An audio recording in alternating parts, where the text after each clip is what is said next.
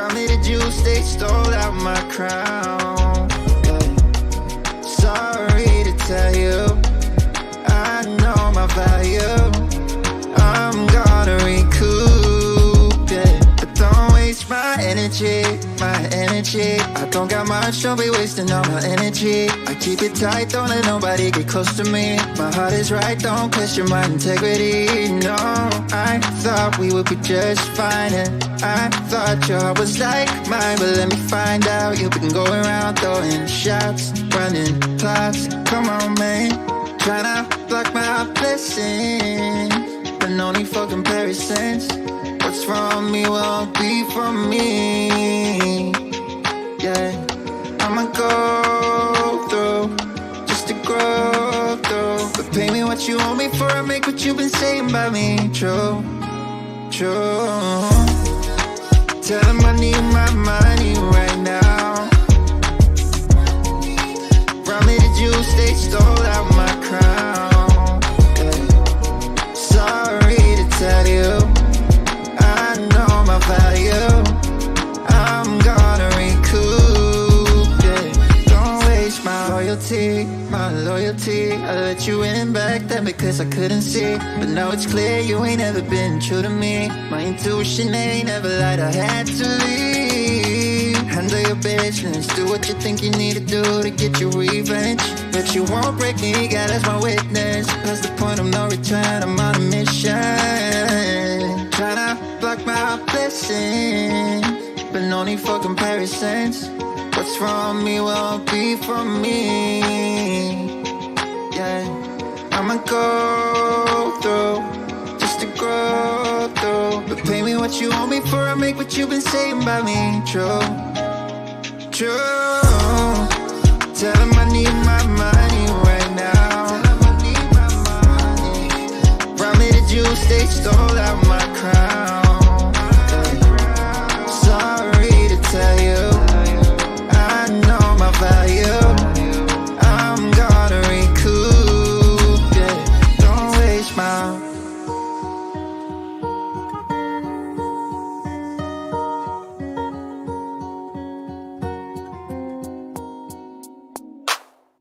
Say it again, say it again.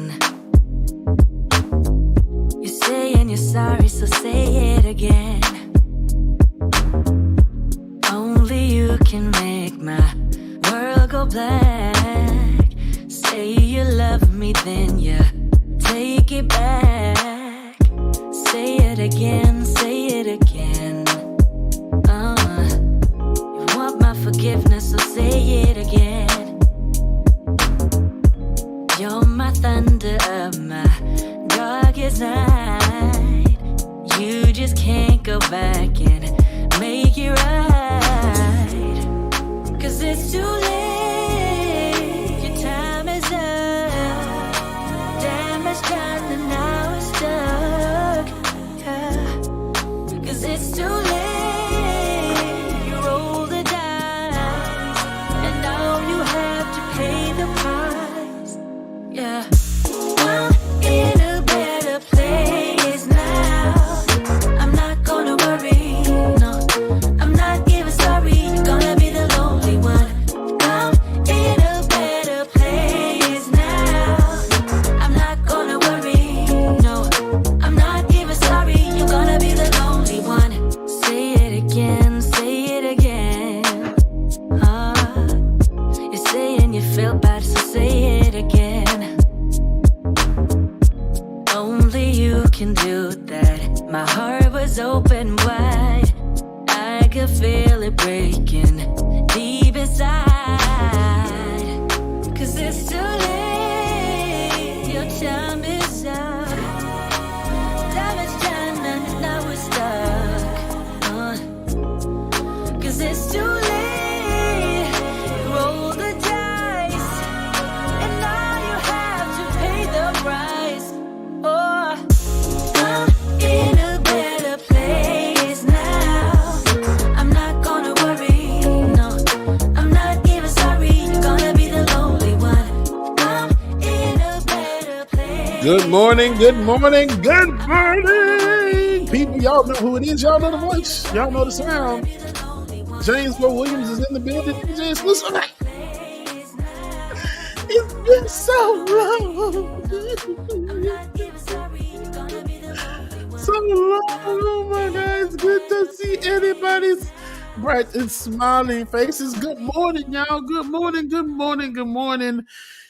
Welcome to Bonnet Chronicles, man. It's been so long. As you see, I'm in a new location, a new place, man. And yeah, I'm James Bubba Williams, DJ Exclusives here on the Benjamin Dixon channel, man. It's good to see everybody this morning. As you see, it's been all over the place. So glad to see everybody. I got to get back into the swing of things because I have not been here in so long.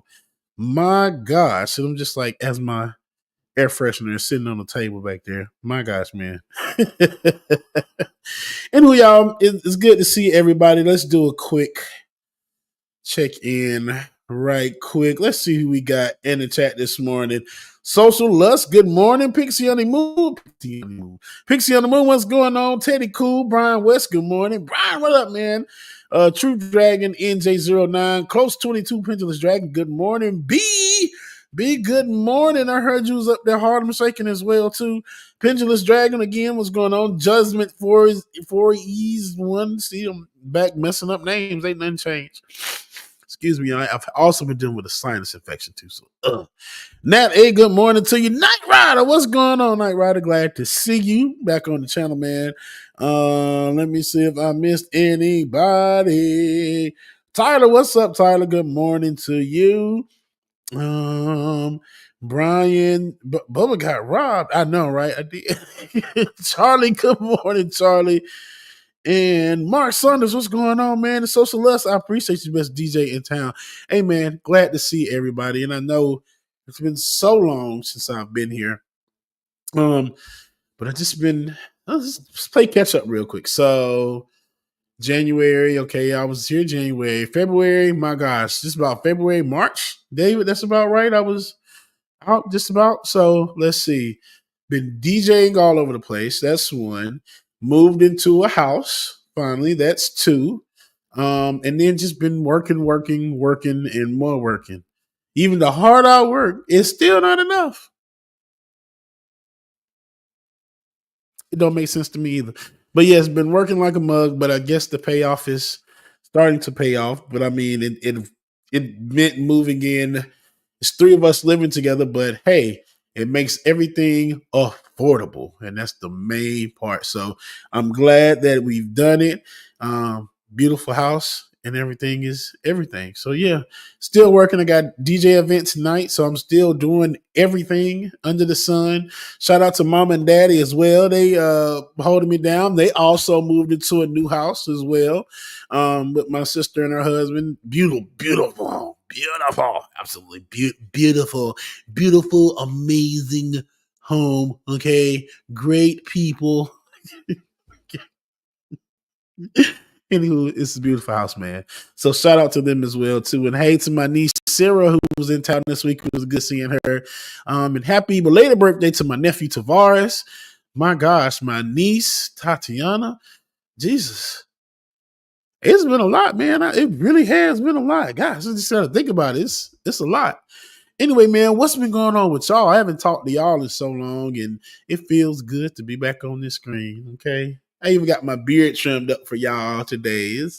I did it yesterday. I did it just for y'all because I love y'all so much.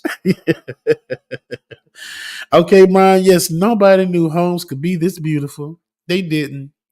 Got an 80s, 90s feel to it, but I love it. You know, it gives me like Back to the Future a little bit. Scream sometimes, most definitely. But it's cool. It's cute, though. It's cute. Anyway, how are y'all doing? It's been so... Six Jack! Lee, where the hell have you been? I guess I'm the one that's been missing. So shout out to Lee that's in the chat room as well, too. Six Dragon Daddy, what's going on? But how have y'all been, man? We haven't did a mental health check-in, seems like, in forever. So y'all drop y'all mental health ratings right now. Drop them in the chat for me. Let's see how y'all are doing. I don't know, David. It's probably just because it's just all black on. All black make you look skinny anyway. And then I'm black as hell, and then the beard and all just run together. So it just make me look slim. I think I still look about the same size, you know. I mean, it do look a little slim, though. A little something, something. Okay, cool. Anyway, man, let's drop your mental health check in. I'm going to say I'm probably at a 7. And the only reason I'm at a 7 is because one, I can barely breathe. That's what makes it about a 7 for me. Because after that, after all of this comes down, I think I'll be good to go.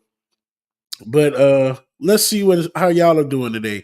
And while we're doing your mental health check-ins, David, let's hit them with a video while we wait for the mental health check-ins. And David, I'll let you surprise me with the video this time. So what you got for me, David?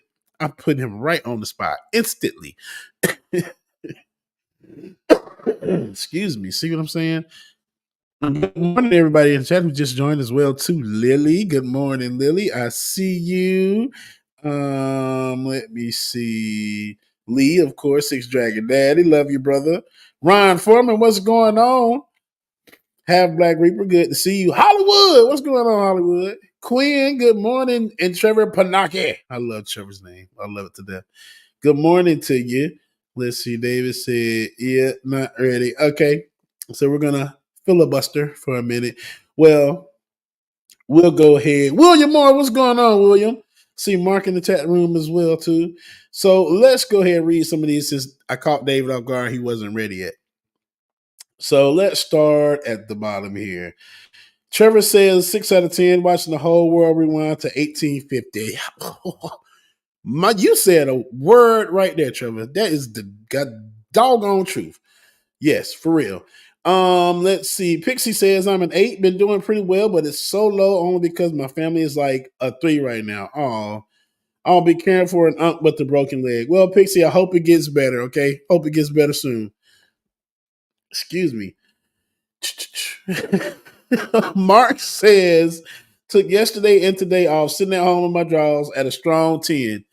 Cheers to you, man. That's got dog it. I took Wednesday and Thursday off because of all of this stuff.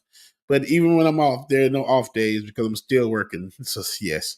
But I feel you. Close 22 says I'm like a 7. Lily says about an 8. Yay, Lily. I love to hear that. Good to see you. Good to see you as well. Nat A says a 6. I have to see a cardiologist, a sleep doctor, and a lung doctor over the next 3 weeks. Nat, girl, we need to talk. Okay. Hope you get better, Nat. Lily says I look like a 10. Well, thank you. William Morris says sitting about at a 7. Brian says 7-ish. Higher when the caffeine kicks in. Cheers to that. It was supposed to be a sip. That was a damn gulp. Let's see. B, it's so good to see you. All right.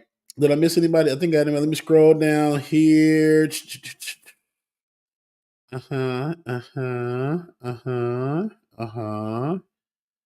All right. B says, after that quake, I'm shook, literally and figuratively. Six Dragon Daddy says, next week is spring break. Emotional 9, but physically a 5. Oh, you know what? If I had to break it down, I would say emotionally a 9 for me. Physically, probably about a 5, maybe a 6. This house has stairs, and they've been kicking my ass. That's probably why I look so slim and trim.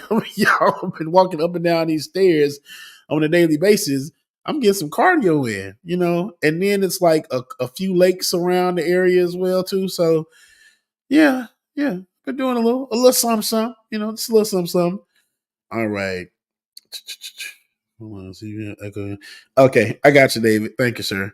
And I probably don't. Nope, David, I do. All right. So True Dragon says I'm at a 3. It's not normal for me. Well, True Dragon, I hope it gets better for you. Okay, it has to get better. It has to. Just has to. There's no other way. Because Jesus. All right, David. Let's see what you have for us today. Yes, with the zoom in. I like that. Hey, y'all. Let's get up close and personal.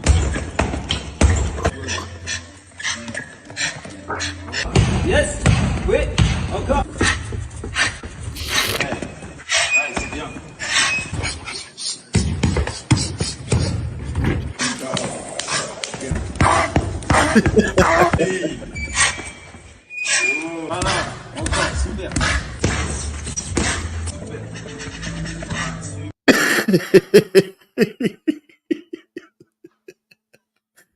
So this is Michael Jackson dance moves actually translate very well to boxing moves. You know, Dave, let's play that one more time.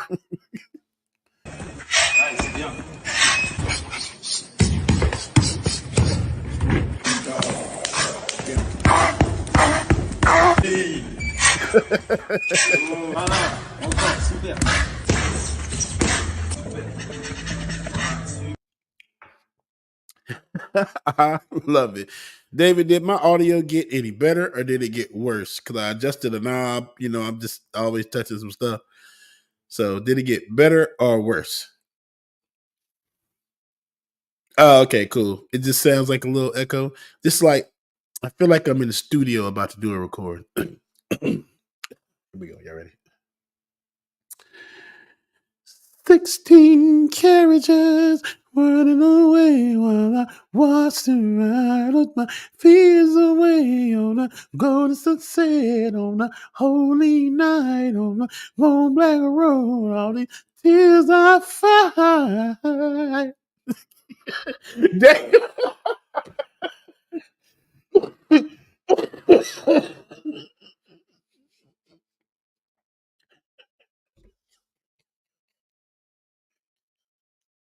We just had this conversation and talk about how we were going to be good on this channel because we know that the church and David just dropped the whole goddamn go on video of me twerking. Okay. on Beyonce's internet. It's okay. It's been a minute since I've seen it, so y'all need to see it again anyway. And while we're on the topic of Beyonce, let's talk about it. March 29th changed the game of music, okay? Because it wasn't a country album. It was a Beyonce album, if you haven't heard it. Cowboy Carter dropped on March 29th, and when I tell you it has been on my brain, like my brain has been on my brain. Yeah, that bad. Like every day, 24 hours a day. It's got me in the chokehold, but probably one of the best albums I have ever listened to. If you haven't heard it yet, I won't harp on it, but you should definitely do yourself a favor and go listen to Cowboy Carter. There's something on there for everybody, okay? Probably sing you word for word every song of that 26, 7, how many songs it is on that album. I can probably sing it for you word for word, okay? Anyway, y'all, I love it. It's an amazing album. I'm just ready for the tour to come out now. Then she dropped a remix to Texas Hold'em. If I could, I would. If I could, I would play it for y'all, but I'm not gonna do that because this stream would get canceled quicker than it just get canceled quick. Okay. All right, David, let's go to the next video here before I get stuck talking about Beyonce all day, man. And hey, if you haven't already, like, share, subscribe, because like it or not, it's coming up next after this as well, too. But you can also throw your boy some likes as well. And if you want to throw your boy a tip as well, too, it's been so long. You can. My Cash App is still down, of course, but DJ X3C on Venmo, DJ X3C on Venmo, of course, and DJ Exclusive on PayPal. And DJ Exclusive is with 3 X's, DJ XXX CLUSIVE at gmail.com. Don't judge me, judge your mama, okay? David, what's the next video you got for us? Shows you, Nick, you got to talk defensively. You gotta talk, and you got to get under it. Whoa, get back up. Trey hits the shot. Ooh. You know, he's a minute and a half from losing his championship fight. He's just got to open up. Finish him.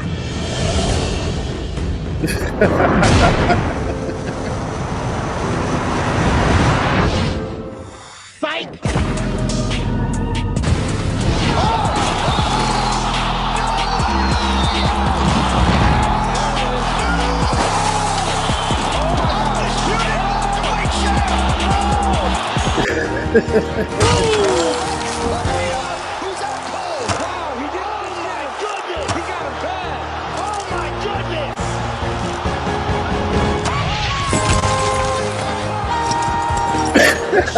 For the last style bender. Wow. Woo.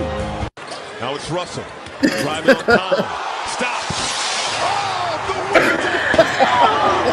As Kylie touches earth, ice in his veins. D'Angelo Russell. Russell ties it up. Finish him.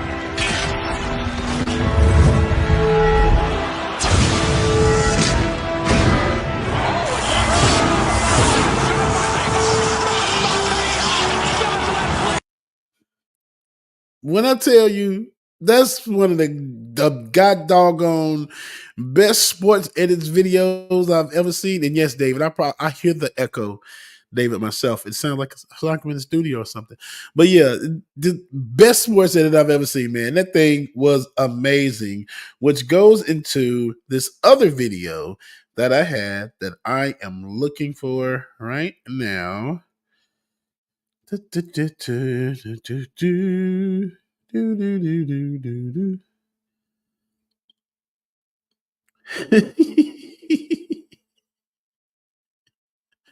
Yes, when Leon with the head kick, yes, that was freaking funny. Okay, let me see. I know I got it somewhere, y'all. Here we go.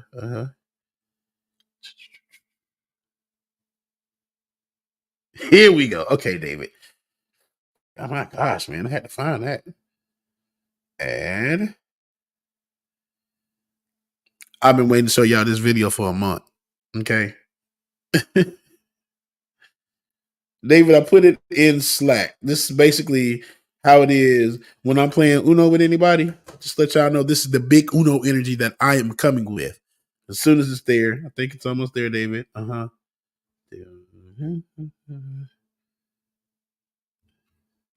okay. David, it should be there now.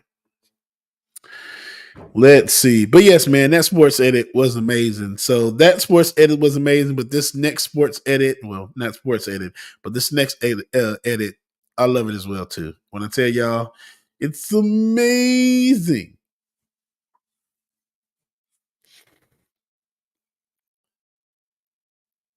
Only two more until what's that look on his face? It's impossible for him to stop me. Unless he has a... Wait. No!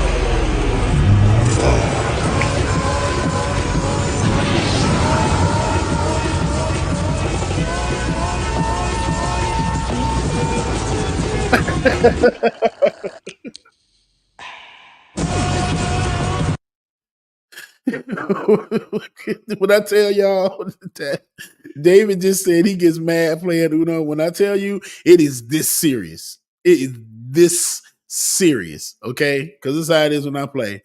Catboy Ray said, people at Uno, y'all know that's legal, right? Man, Uno, F your rules, man. We got this. We got this.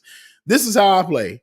The doubles, the triples, all of that. When you hit me with a draw two, you think that I'm about to draw the two? No, I'm putting my draw two out on you.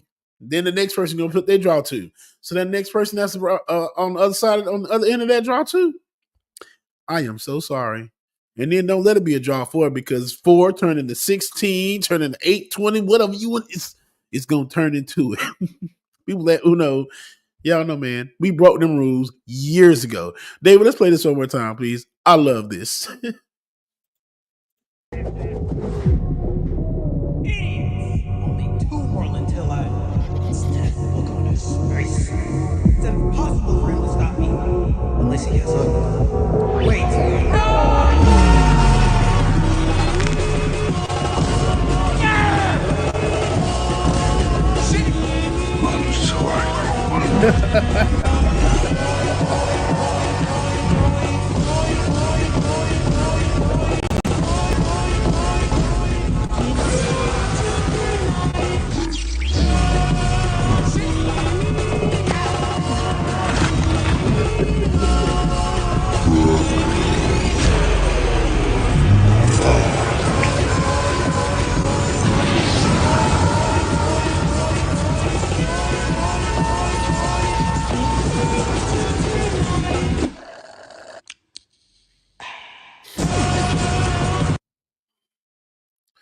When I tell you, bro is sick with the editing skills. I saw some of his other videos, man. This guy is absolutely amazing in what he does because his edits are just. Somebody said his name, Simeon, if I'm not mistaken. I think that's his name, right? Close 22, if I'm not mistaken. Skills amazing. Because when I tell you, I've seen some of his other videos, they're crazy. But Bubba, Uh-huh. have you played the newest party version of Uno? Which one? I know which one you're talking about. I don't remember what it's called, but they have a new card that links people. So if I draw a card, I can choose to link you to someone else. And whenever something happens to you, it happens to the other person too, like skipping or having to pull extra cards or violating rules and getting punished, or, all that stuff. And then the only way to break the link, I forget what one of the cards does that basically. It breaks all links. David, you have to find the name of that one for me because somebody just said the other one, the Uno No Mercy. We have a special guest. Really? he wants to interrupt. I just because. Good morning, DJ Exclusive. What's happening, Benjamin Parnell, Parcival. Now, last time I popped in, I said I better not pop in anymore because you did the Scooby dance. Hands on your ear. No. I just said two things, and you can take me down, David. One, shout out to these boys and their editing skills. Yes, definitely, sir. Bananas, like high key. I need to hire them because I'm working on a project. Second thing is, yes, Uno is that serious. My children and I have had many days of war. Absolutely, like I don't even know if I want to claim them anymore when they be Uno out and on me and stuff. I'd be like, man, y'all go feed yourselves. Go buy your own groceries. So, Ben, I got to ask you then, especially because you play with the kids. Yeah. Okay, are you the dad that goes easy, or are you the dad that goes hard? When I say go hard, you draw 4, 4, 4, 2, 2, 2. My 6-year-old. Ben goes hard because he knows he's going to lose anyway. So, I don't know if that answers your question, but I don't take it easy on my 6-year-old because he's got to learn. This is the meritocracy. Nothing comes easy in America. You know that Jeremiah is beating you when you play at your best. Right. Excuse me. That's funny. Why do I have a white man in the background? But what's crazy is Jeremiah is 6 now, Ben? 6, man. 6. He's 5 years of it's been in a pandemic, but that's a whole different conversation. But when I tell you that boy, two things he knows how to do: play Uno and roast people. And I'm like, don't get me wrong. He started reading when he was 3, so he's brilliant. But he has taken that brilliance and knows how to play Uno. And when he makes you draw 4, he makes you feel it a little more. So that's why I made him draw 24 one time because I couldn't stand it a little bit.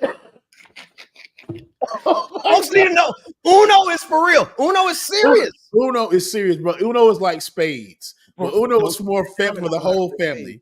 Come on.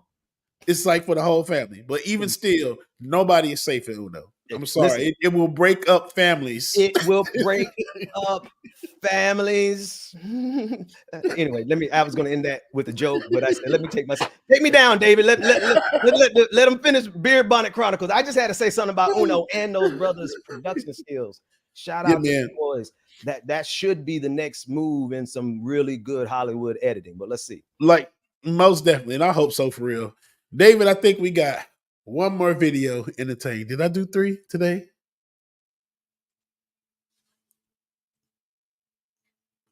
So let me set this up, David, before you play. And Ben is probably going to get a laugh out of this one. So this kid, I forgot where I came across his video at, but this kid recorded himself talking to his two dads as they talk to their friends on the phone. Okay, I think I said that. I'm just confused the crap out of myself. But you'll see what I'm talking about. Hilarious video. Y'all take a look, please. I'm gonna talk to my two dads like I always hear them talking to their friends on the phone. Let's see how they like it.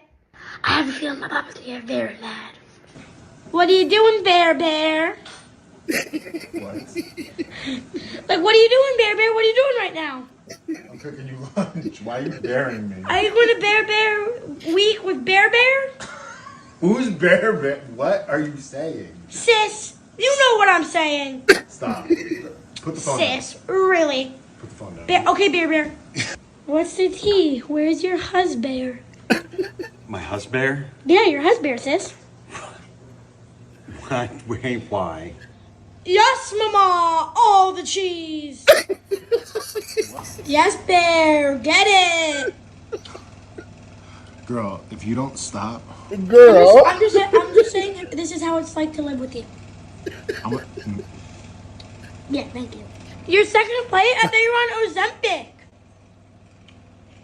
shut that off. Seriously. Girl, do I have to, girl?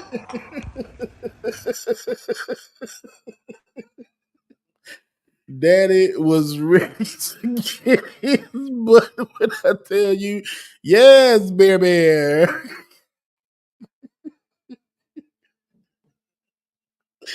Man, that was funny as crap, y'all. When I saw that video, that's another video I've been waiting a long time to show y'all as well, too. Okay. Told y'all, man, I've just been so busy. I'm sorry. I apologize. I'm here now. Don't worry. Miss Sealy back now. Everything gonna be all right.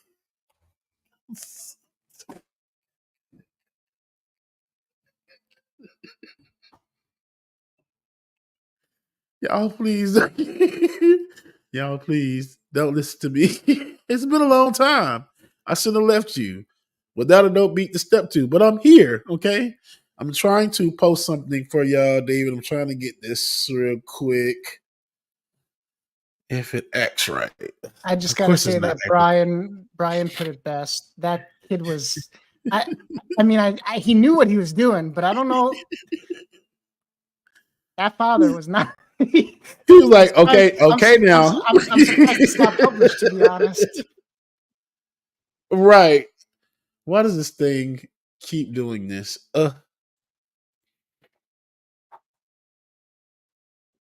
Oh, this thing is not working. Hold on. It says it's working on my side. Filibustering some more. Well, which Mac did you send it to? Let me see.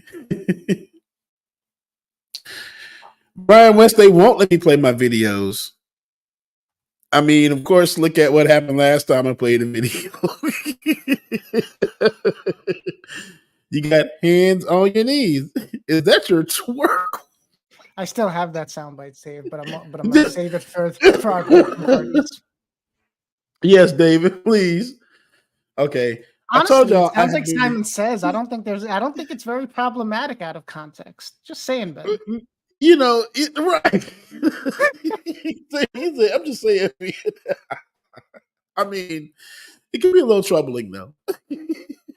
Okay. There was two things that I had. I can't remember. But the first thing, I told y'all I've been busy. So when I say I've been busy a little bit, this is what I'm talking about. David, if you can share that link on the screen, if it comes up for you, because I just see it works like. Let me see if I can share my screen. The first I got to make sure. Oh yeah, everything's closed on here. Okay, so that's good. Shut up, David. I thought you were judging me just then. No, I'm just imagining you having one of those moments way after the pandemic. Right. Let's see if I present. Okay, share. All had one of those moments except you. Bubba has not had an embarrassing on-camera moment. Yes, I have. You have? Yes, I have, David. I'm gonna tell you what it was. This would have been, I think, probably when everybody was here, Georgia, everybody. And remember, I think I had I think Dwayne took me down, asked me to take me down because I had to use the bathroom, and I didn't think that I needed to mute my microphone. And when I came back, all I saw was a comment from Struth. Shout out to Ruth, man. I don't remember this. Yes, David. Ruth asked in the chat, "Is Bubba okay?" And I was like, "Yeah. Why would I not Oh, be? were they I'm here? fine. What are you talking Were about?" they hearing sound effects or something? They heard me using the bathroom. I don't remember. I don't think. Maybe I do remember something. Okay, now there's something with a toilet vaguely sounds familiar. So maybe. Yes, and she's like, I just heard him like struggling and straining. I thought he was throwing up or something. I really wish I had a soundboard like I could flush a toilet right now. David, it was so embarrassing. I was like, oh my God, I can't believe this. Trevor even says, yes, we remember.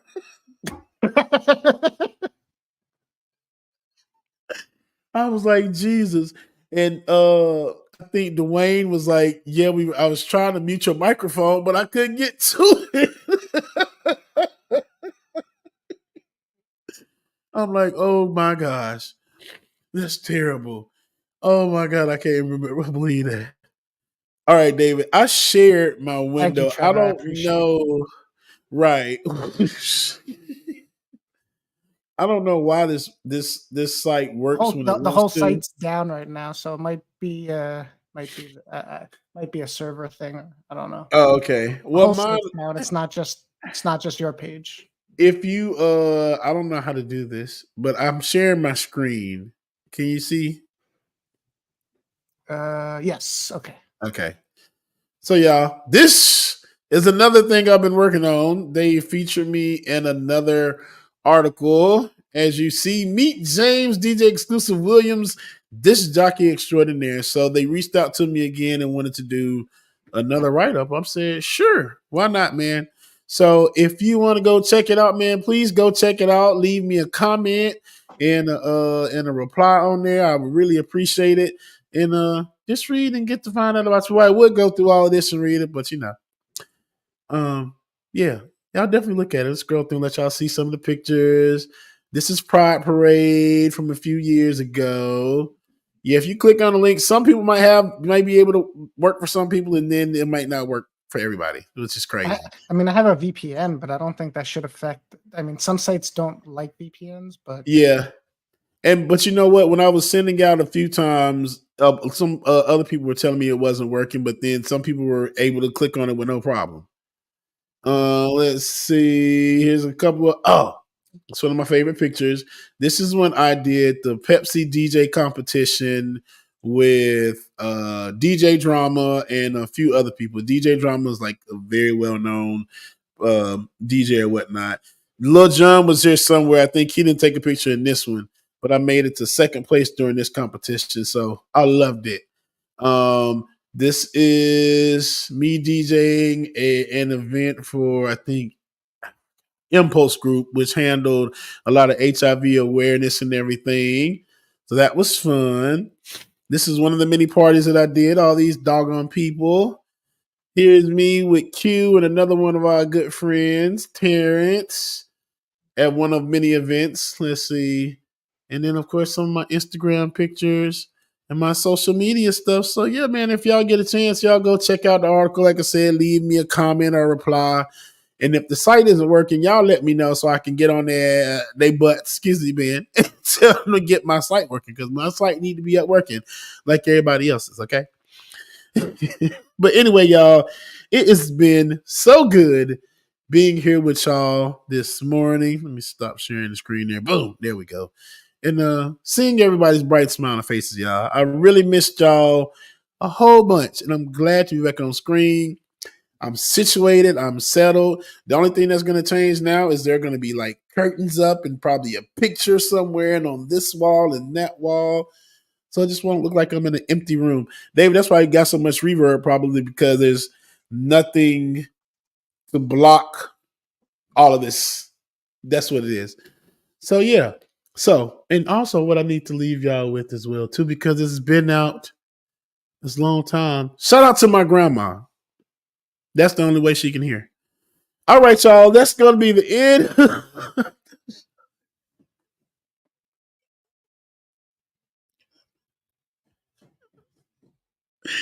Shout out to my grandma. That's the only way she can.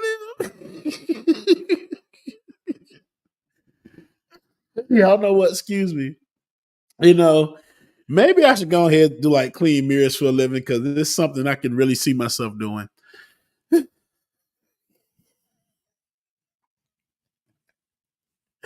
Shout out to Brian. God dang it, David. Alicia, hey, I love you, Alicia. Neon Deb, good morning. Oh my gosh. I love y'all, man. I mean it. Let me give y'all affirmation for today. Let me start playing this music to close out the show here and give y'all affirmation for today before they kick me in. Okay, let me see, because I ain't done my affirmations in so long. Uh-huh.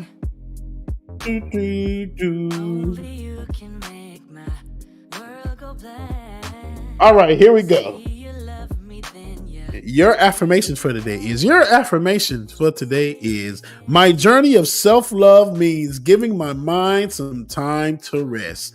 My journey of self-love means giving my mind some time to rest. Yay. I love it, man. Hey, I love y'all. Mean it. Next time, BBC, next week.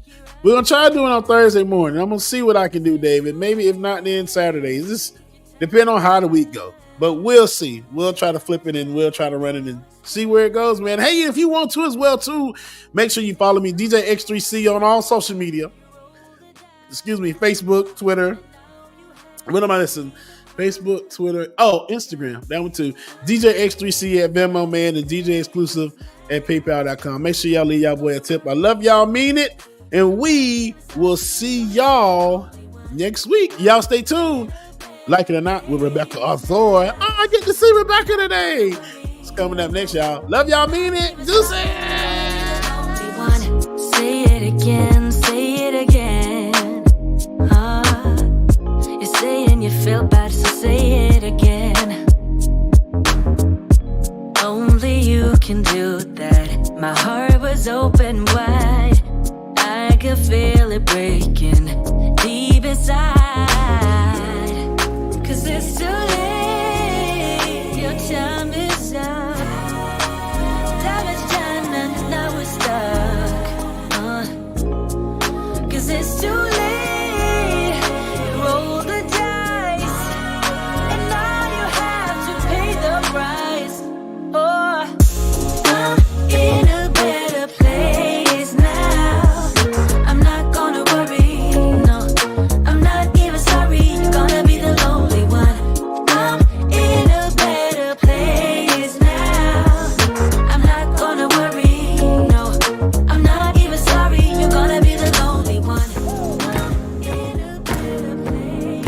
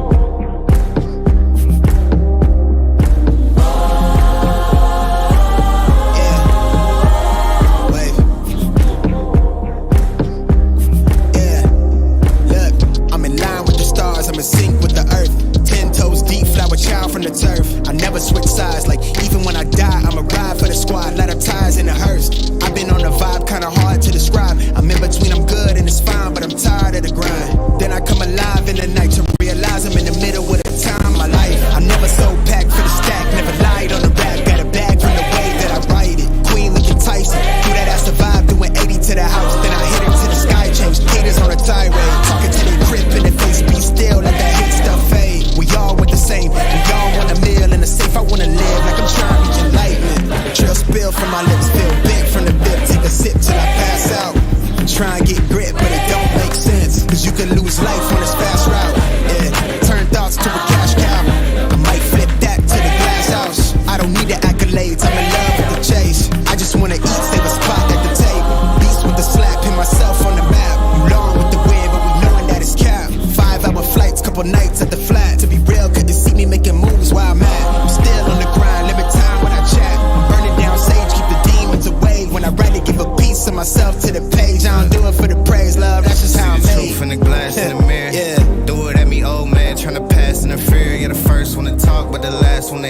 eyes blurry, but I couldn't see that. Then he cleared down. Start to feel like I'm on one. Settle in, I'll be here for the long run. I'm a slave for the cash, got snakes in the grass, no brakes on the ad, but it's all fun.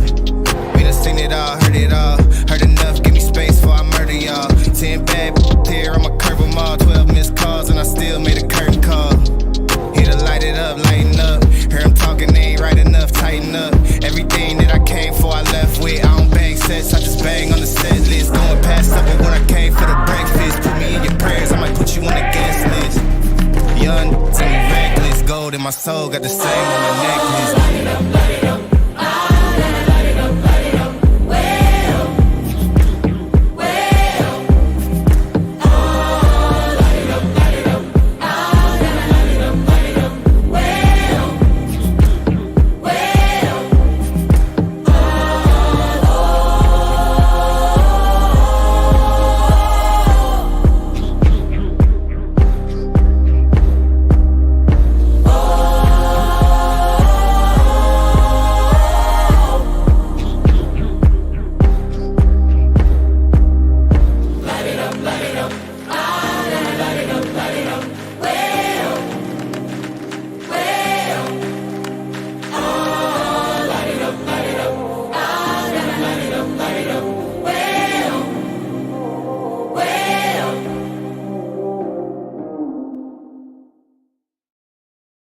Here is not going to stop when it comes to these type of discussions. It's going to be for us and by us here on this platform when the media is telling us to look the other way. Your support is what helps us move forward. Join patreon.com/like it or not. Help us grow.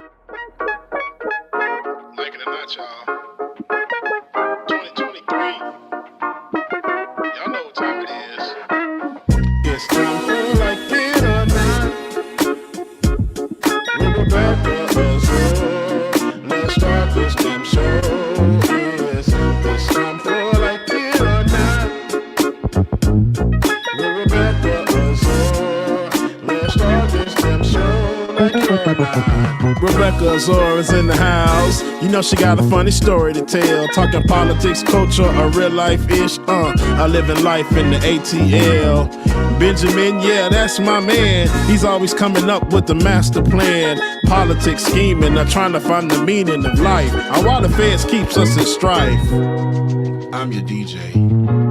I really don't need no introduction right now, but you know what?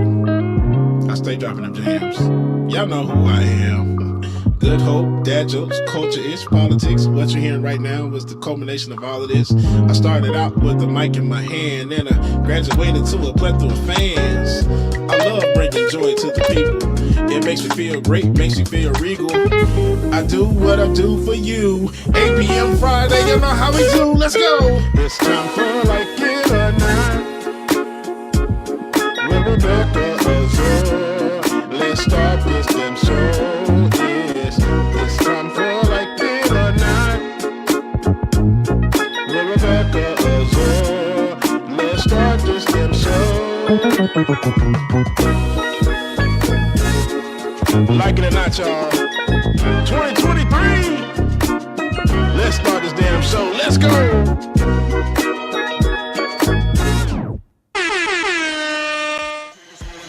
Like it or not starts now.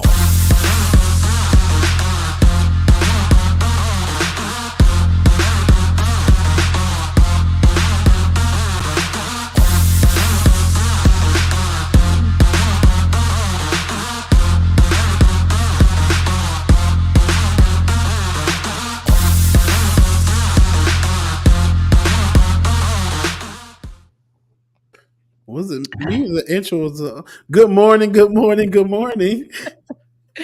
Good morning and welcome to Like It or Not, where we're free to tell the truth and not care who doesn't like it. We got the whole crew in the house today. We do.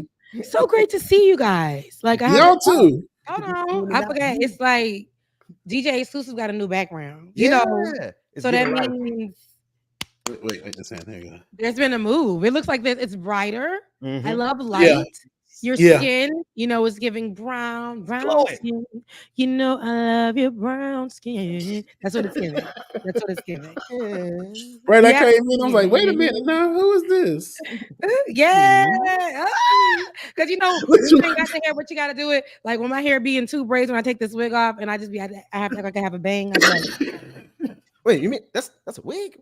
Yes, it's greatly blended because my natural hair is beautiful quality, so I can blend Right. it. Thank you so much. Everybody says that they're like, we can't believe that's a wig, and I'm like, and it is. It's just this is what this going 5 years old in the game.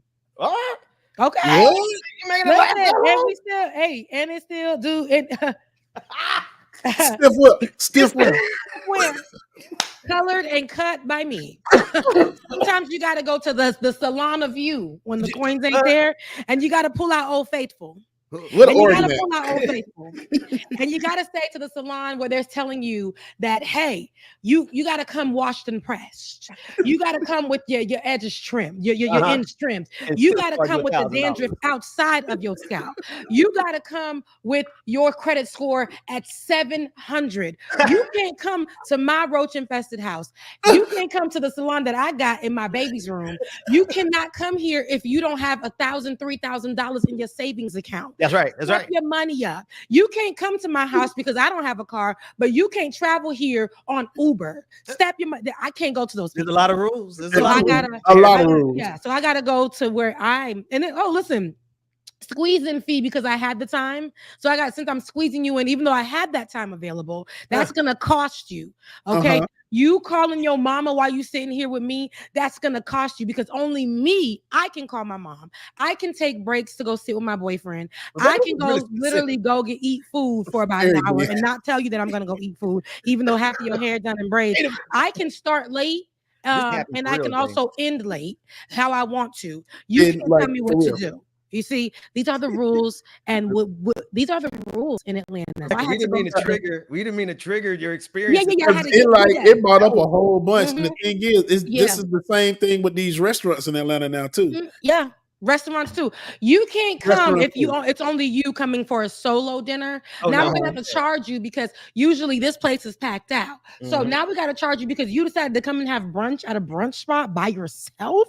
Yeah, so we charging you $200 because you a loser. You're a loser. Okay? So if you don't have your friends that are gonna pay for hookah, take pictures at our spot, eat our cold food, but they're not gonna know that it came out cold because all they're gonna be doing is taking pictures because we got grass walls and hookah. Then you see rules. And then listen, when you sit at our table on a Saturday, this is the same table that you're sitting on a Wednesday. The same table that you're sitting on Wednesday, you're sitting on a Saturday. But because it's a Saturday, because this particular day of the week, and we may or may not be full, but we don't know. But we're just gonna say that we're gonna be full. We're charging you 75% gratuity. Everybody getting paid. Rebecca, you started off kind of generically like it was funny. It was a joke. We were listening to you, but now you're giving us some real life experiences. Who told this to you? This is all true when I tell you these people in Atlanta have lost their damn minds. Yes, they really have. So that's why you moved? Because it seems like it's brighter where you're at. It's sunnier. So I am in. Don't be specific. I got some real Nazis watching. See, exactly. I am south of Atlanta. So I left the hustle and the bustle of the city and came to like the sticks where it's like some lakes out here and everything. And when I tell y'all, I love this peace and quiet out here. I do not miss it. I don't have the interruption of my little 2 kids. The ones I used to call my kids. I don't have the interruption of them anymore, knocking on the door all times of night. I don't have no drunk people all out in the street acting like they're a fool and ain't got no sense at 3 o'clock in the morning. When I tell you, when the street light come on, it's nobody out here, and I love it. It's just like. I love it. You've gone to I can't say that on there. Never mind. Go ahead, Rebecca. I was going to say something else. Go ahead, Rebecca. I wasn't going to say anything. I was going to say sometimes you have to. Another thing, everything is just, and I'm not trying to ride on Atlanta, but the experience from when I was back in the day to now, it's just a lot of these cities have become so a walking Instagram post. So the having to really experience something with your friends or with just because you live in that city and you know it, whatever, it's so far removed. It's just literally for looks and everything like that. So even, you know, in this space I live in, I had to go further because cheaper rent. Yeah, like I want to live around Black people, but because this area you can get something brand new and cheaper rent. Honestly, for me, it's not as safe, but a safer area. You know that your car is parked in the parking spot of a building that the people that work at the apartment of this luxury place in the middle of Buckhead are not gonna coerce with somebody else and then like go ahead and steal the tires off your vehicle. They're very innovative in Atlanta. Yeah, they're very innovative. Very much so. So here, I know I can park my car. I know I have police presence, even though I don't like it, but I love it because of what we do. Police presence, gated community, those type of things, and that to me is I want to have the things without having to feel like I can't afford the things, and the things that the same price for this is the price of a Roach hotel motel in the city area. So the piece that I get here, I'm not gonna lie, other than the police run-ins, that's my, that was the thing I heard you say, and you went right past it so quick, Rebecca. You said it's safe out here, but not necessarily for me. Yeah, it's been police run-ins. The most issues that I had here has been police run-ins because from day one since I've been here, I was the only Black person in the building. I'd say that often here. And then there was, I know where you live now, Bubba, predominantly Black, but just being able, I say all this to say, it's like being able to just go out now, like the quiet, the peace, and then actually enjoying the same restaurants that may be in the city, but in this area, no lines. Your food is cooked correctly. You can actually just be in the room and just enjoy yourself. Like all of those things. Like I like the part of my town. I know my boyfriend, he calls it like live my little downtown. It's a little downtown and I'm okay with it because I can walk, I can sit, I can eat. If I go to a restaurant, they valet park for that particular restaurant. They have a park there where you can sit. It's not congested. You're literally going there not because you want to be on the gram, but because you actually want to sit in the sun. You want to have a moment. And so I say all those things because hairdressing or apartment hunting. What else we got? Barbershops, they doing it too.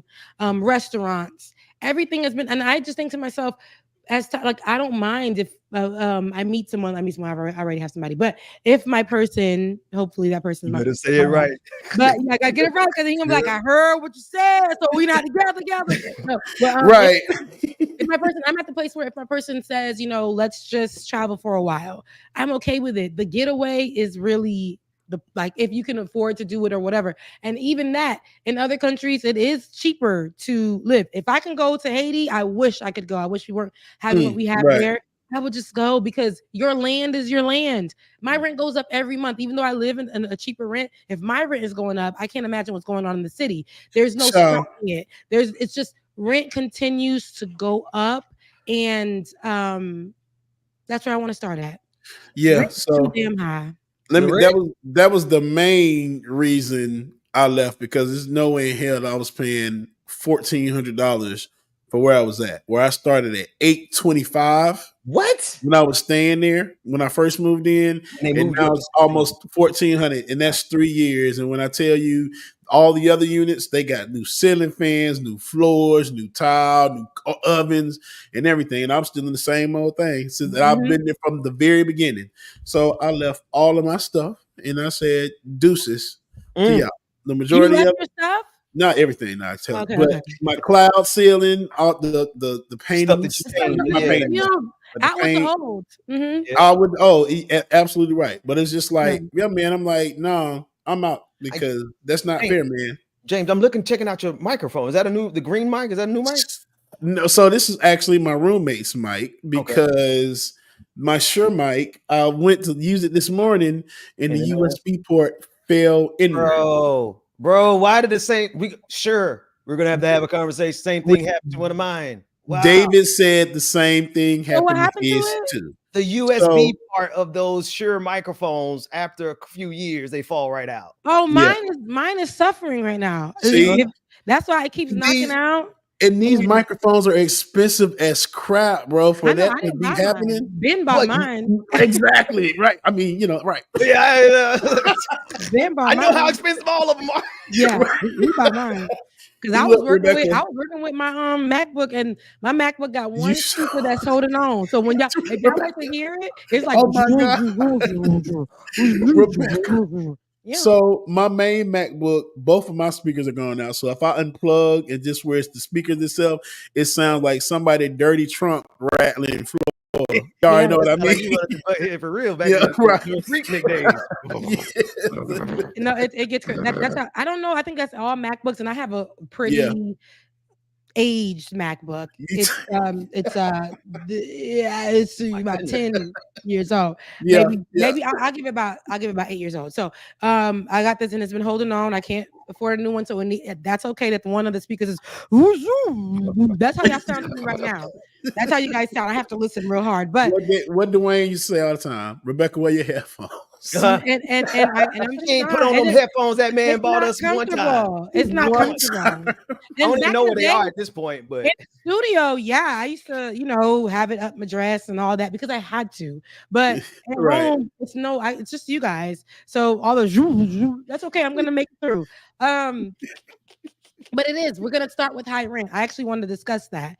I'm gonna grab a video and just about somebody explaining it, and then I'm gonna grab some stats and we can just discuss because I just feel like Bubba, you discussed your rent, and I'm gonna be kidding you guys. I'm gonna give you a ballpark. Started off at just at $1,000. I'm about to hit $2,000 now, and I've only been here about 4 years. That's $1,000 on top of my rent. Wow. Sweat, oh God. That's crazy. When people say things like, you're living, you're living above your means. I moved here and I wasn't living above my means. I was living at my means. I found this place literally at my means. I told them what I can afford, what it looked like, whatever the case may be. And this is God blessing with this place. It happened to be under construction, so they needed people to move in. It worked out for me. And then next thing you know, over time, new management, they took away some amenities and raised my rent. They took away amenities, raised my rent. I used to get a grace period. My grace period is as soon as that day, the third day of the month comes, literally at 11:59.5. They already sent you $500 fee on top of. How much? So imagine you already hitting $2,500 fee. Amenities are gone. Amenities are gone. And when I say the things that literally why I chose the space, especially including security, some of those amenities are gone.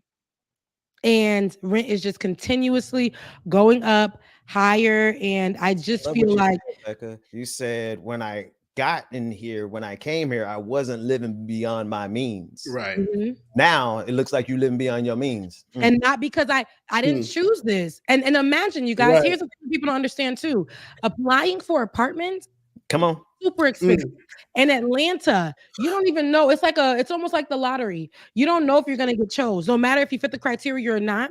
The fee for the application, the fee for you may have to pay first and last month's rent. You may have to pay the three first months. You don't know what it's going to be for you. They might say, "Oh yeah, your credit is good," but something came back. They can't verify what came back, and they don't have to be able to tell you what came back. And they tell you you may be homeless while you trying to get out this apartment because it's too expensive. And I say this because I've had this conversation with family. Why haven't you looked for anything else? Yada yada. And I've said many a time, like, I have. I can't, because getting this apartment was a blessing, but the process was crazy. They're looking at your credit. If you can't with the credit, then they're going to ask you to get a first and last month. If you can't get the first and last month, they're going to ask you for a large deposit or all of the above together. Yeah. So you got an affordable apartment, but at the same time, this apartment, just to go ahead and get the apartment, you can't afford. You may not have any. David, I dropped this in the video in chat for you, but you may not have any furniture or whatever, but you just got a place to sit in. I mean, that's really all good and right. It's good and well because you may have been on the verge of being homeless. God bless you with an apartment, but now all that money that you use for all these fees, because they want you to get. They charging me for they never did this. A new management is now charging me for the whole building's electricity. That's an extra $100 every month. The whole building's electricity. I'm responsible for it, along with everybody else. We're all responsible for it. So let's take a listen about his rant about rent, and we can continue the conversation. Without getting a roommate, there's only 2 options available. So for your first option, if you want a cheap apartment, is you have to move to far, far away land. You have to move to a small town where everybody goes to Walmart for fun. There's nothing to do and you'll be bored as hell, but your rent will be $35 a month. Right. Your second option, if you want cheap rent, is your roommate is probably going to be rats and roaches. Your car's going to get broken into. You're probably going to get shot. But at least your city's a lot of fun and there's a lot of things to do in your city. And this is why I think renting is such a very unfair concept. I have a friend who's paying $2,500 a month for a 2-bedroom, 2-bathroom apartment in Miami, Florida. That's then crazy. I have another friend who's paying $800 for a 2-bedroom, 2-bathroom apartment in a small town in South Carolina. Both apartments are pretty much the same size. The only difference is location. I think it should be illegal for rent to be over $2,000 a month. You could be paying $2,000 a month for your apartment, and your next door neighbor, same model, same everything, could be paying $1,800 for the same model apartment as you. Or they could be paying more than you. When you renew your lease, it could go up by $9 or $900. And then you're paying $2,000 a month, but you will never own your apartment. You will never own it. I feel like rent should be like a fixed amount across the board. A 1-bedroom apartment anywhere in the United States should be like $800. A 2-bedroom apartment should be like $900. Life is unfair, but renting is 10 times unfairer. Right. If you want cheap rent without getting a room, right there. So I say that to say, right now, I know everybody wants to talk about, and here, I know people made the argument under the post saying, well, what do you mean? What about people who own those buildings? I mean, I see my building get bought off 99 times. They got built from scratch. We had white glove service. And this is what they do, especially in Atlanta. They will sell this building off to some other freaking management for them to go ahead and up price. Nothing has changed or nothing. And then they'll say it's inflation. No, this building was already built. It was literally built with glue and tape. So it was built like overnight type of vibes. They didn't care. I don't even think it's up to code, to be honest. And so with that, they just kind of like, just because it's the aesthetic you pay for, but it's been sold off to different management, and each management chooses what they want. Oh my gosh. They're saying that it's market price. So underneath the comments, they were saying, oh, what about the people who own these buildings and because of inflation and things like that? And they said inflation is just has been a word that a lot of landlords are using. So, according to See It in Business, they even said that they're calling it greedflation. Landlords across the country have been using inflation as an excuse to raise rents exorbitantly. Without real cause. Many landlords were forced to raise rents to cover increases in mortgage costs or repair costs. But the majority of localities don't have laws that regulate how much they can increase rents in a single year. Especially in Georgia, we see that all the time. They can choose not to raise, but there's no law that says they don't have to. There's a law that just allows them to keep raising. You're not grandfathered in the system with what you have. All of that stuff that used to be back in the day where you're grandfathered in the system. If you sign again just to stay in, they'll keep you lock you at that rate. Those days are over. The Zillow economists have found that current asking rate rents are up 29.9% since the beginning of the pandemic. That's it. And listen, and inflation isn't the true cause for this. It's greed. And they're saying that data can show you that what's been online has been false pictures of how high inflation is affecting people who are rent owners, landlords, things of that sort. Management companies are thriving. The people who are renting aren't. So if rent is going up and my pay hasn't gone up and rent is going up almost $1,000 in less than 3 years, tell me why people really want to be in your business and be like, and I'm talking about when you're trying to explain this to family members who really can't understand and have the conversations of, you need to go look for something a little bit less. When you go look for something less, you have to have the money to put in for application fees. The what if, you're literally, it's like administration fees. Administration fees, all those things, but you don't know if they're going to choose you or fees. not. Yep, all types of fees, breathing fees, walking in the door fees. We're in Atlanta. All those things, and they're only going to dress up the area that is the common area. Other than that, you got roaches stuck in the corner, but because the location, you paying for location fees, all of these type of things. But these are the issues that we're going through today. And here they are trying to discuss people's sexualities and they're trying to police women's bodies. All of this stuff is where they're at with it. Meanwhile, people who finally got a $1 raise and thought they could use that for some groceries are having to penny pinch to pay for the up price in rent.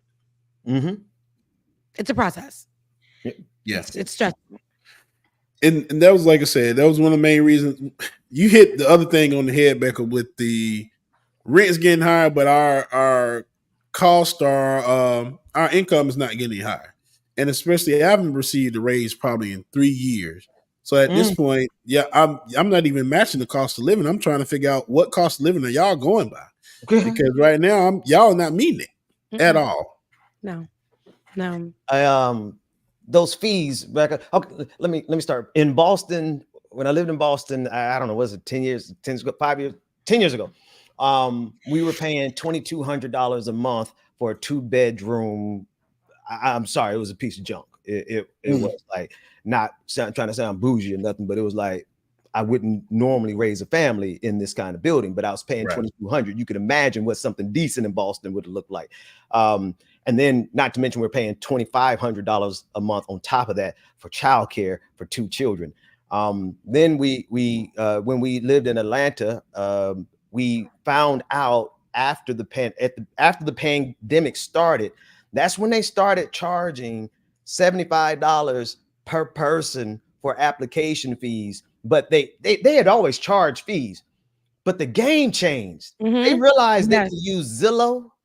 And collect about $1 million in application fees from a whole bunch of people who were trying to get into one place. Thank you for pointing that out. Yes. And they would delist that place. I'm telling y'all this from experience. They would delist that place, put that month back up again, and collect a whole another $200,000-$300,000 in application fees alone. And then whether they rent it out is completely immaterial to them. They're making more money off of us on fees than anything else.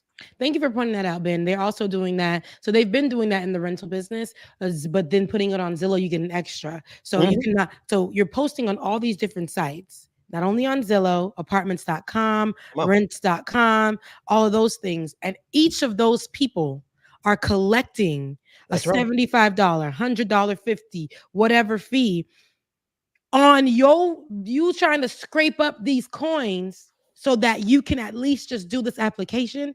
And then they take it down. Some of them are saying that this space is no longer available. Then they rented it out to somebody else for the market price of that day, because the market price that you had tried to get it on was at your budget. But then somebody else was willing to pay $2,000 and not $1,500. So now and literally, you guys, rent changes every day. I kid you not. Rent changes every day. I can look right now at the market price of this place I was looking at, and it was $2,100, 3-bedroom type of vibe, whatever. And looked at it again the next day, and baby, it's almost hitting $3,000. Same place, everything you can think of, and here they are raping us. That's okay, it. no lubrication, and that's why I say, y'all, I am out here. My life isn't a struggle, but it's a struggle. You have to, every day something changes, not because I'm living out of my means or what people see me having fun or whatever the case may be. They like, oh, she ain't struggling. No, y'all, the struggle is every day. Even at your own job, they'll promote you with they'll say that's a promotion. No raise. And no raise, no money. You're doing a whole new job, no training. They threw you in there. You're literally leading a team and you have no raise. But you got a pat on the back though, Rebecca. They so celebrate you in an email. Don't even give and they took away the $5 gift cards. They sent an email about taking that away as well. So that's why I'm like, y'all, there comes a point in time. Yes, we're struggling to live, but we have to make time for ourselves, and people can't judge us for doing the things we're not at. The world, I can say for where we're at right now in this place, America and our leaders aren't fighting enough to make sure that we're able to live day to day. If they really cared to do that, they would not be, first of all, dipping their noses and spending on other people when that spending can definitely assist us. Shelters, because shelters have become so packed, they're blaming the cost of shelters as well for for a part of inflation. I just read that in an article. They're looking for any which way. People are homeless because of what happened during the pandemic. They don't care. Yeah. Before what happened to the pandemic, you can ride past Bentleys, Rolls Royces. Can't even say it because I can't afford it. But you can pass by the double R's out there. And you literally see homeless people just sitting out there, and people upset about that. Yeah. Upset at the homeless people. I gotta make it clear. At the homeless people. Yeah. And then you have people wanting to, you see Olay sat with Mayor Eric Adams. There it is. There we go, buddy. Yeah. The Olay sat with Eric Adams, and he even she said that how he was promoting fear mongering amongst his people of New York City. And if you know New York City, if you've ever been there, if you ever lived there, if you ever walked the streets, it's homeless amongst the rich, especially in Manhattan and the gentrified parts of Brooklyn, which is called Williamsburg. All right, those gentrified areas, you're gonna see homeless, and you're gonna see those white folks, whatever the looks. And the mayor over there, as Olay was telling him on the Breakfast Club interview, you're fear mongering by saying that you're going to create laws, or saying that create laws that are going to put homeless people into mental hospitals. I think it was mental hospitals. Yeah.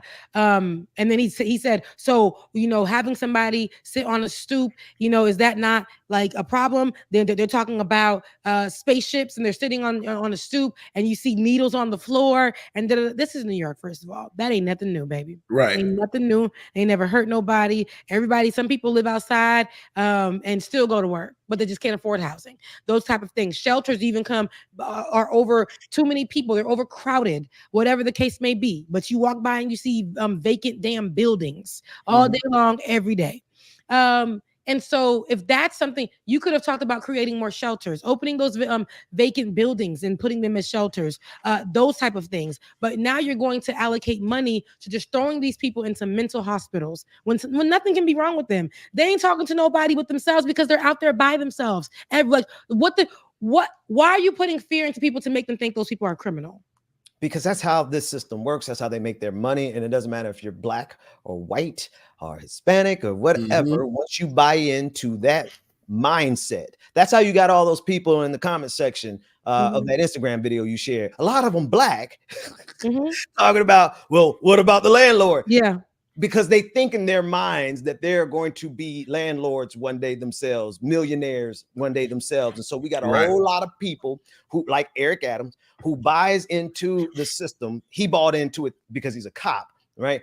But they buy into a system, and before you know it, they will literally change their tune. They knew that they came from the bottom, but now they believe this system, and now they're spitting on, talking about, making laws against imprisoning and vilifying poor people.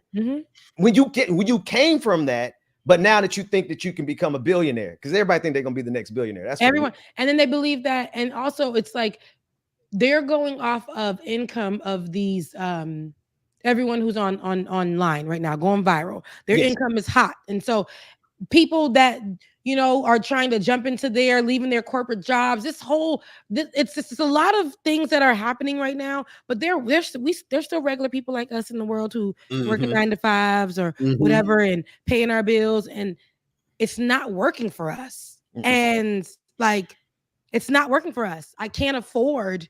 I need these things. I need this roof over my head. I'm not going to settle for roaches in the corner. I'm not going to do it. I'm just not. Nobody can tell me to do that. I found the cheapest place I can find that literally was cheaper than the roaches in the corner just because of location. Had to sacrifice some of my like my pride because police officers, right? Because skin color. And then I need a car. I need a car. I need something that's functionable. I need something that can get me where I need to go get groceries, go, wherever I need to go. I go do my other jobs outside of, because I got 6 damn jobs just to make a way. And so to go to church, to do those things, to go run, those type of things, right? That cost, the insurance that comes with it has fluctuated. Then they started putting a fee for you if there was one half a day of a lapse, 30 minutes of a lapse, because your card may not have gone through. Your charge, it went from $25 to $50 to $100 here for a lapse. Insurance, right? Insurance. Yep. If you change your insurance over, if you were taking somebody off, you were adjusting something, a fee for that. Yeah. So this is what we're dealing with. There's a fee for everything. And I've never seen so many fees in my life. Now everybody gets paid for something. I got those tickets. When I went in, I realized there's a fee for everything. They're going to make sure everybody gets paid in this thing. That's right. They're going to make sure everyone gets paid. They're going to make sure the clerk gets paid. They're going to make sure the PO that you have, that's right, for the ticket to pay it off, you got to pay. They know that they gave you a payment plan because you can't afford to pay it off in one. Yet you got to pay extra to your PO for 3 months, and there's no reason. Why do I have to pay extra for 3 months and not the life of the payment plan? Right. Why is it specifically 3 months? See, there's always something for some. They will literally they're predators to people who are already down, to people who are poor. And it's so systemic. The rental system. You just getting a simple ticket.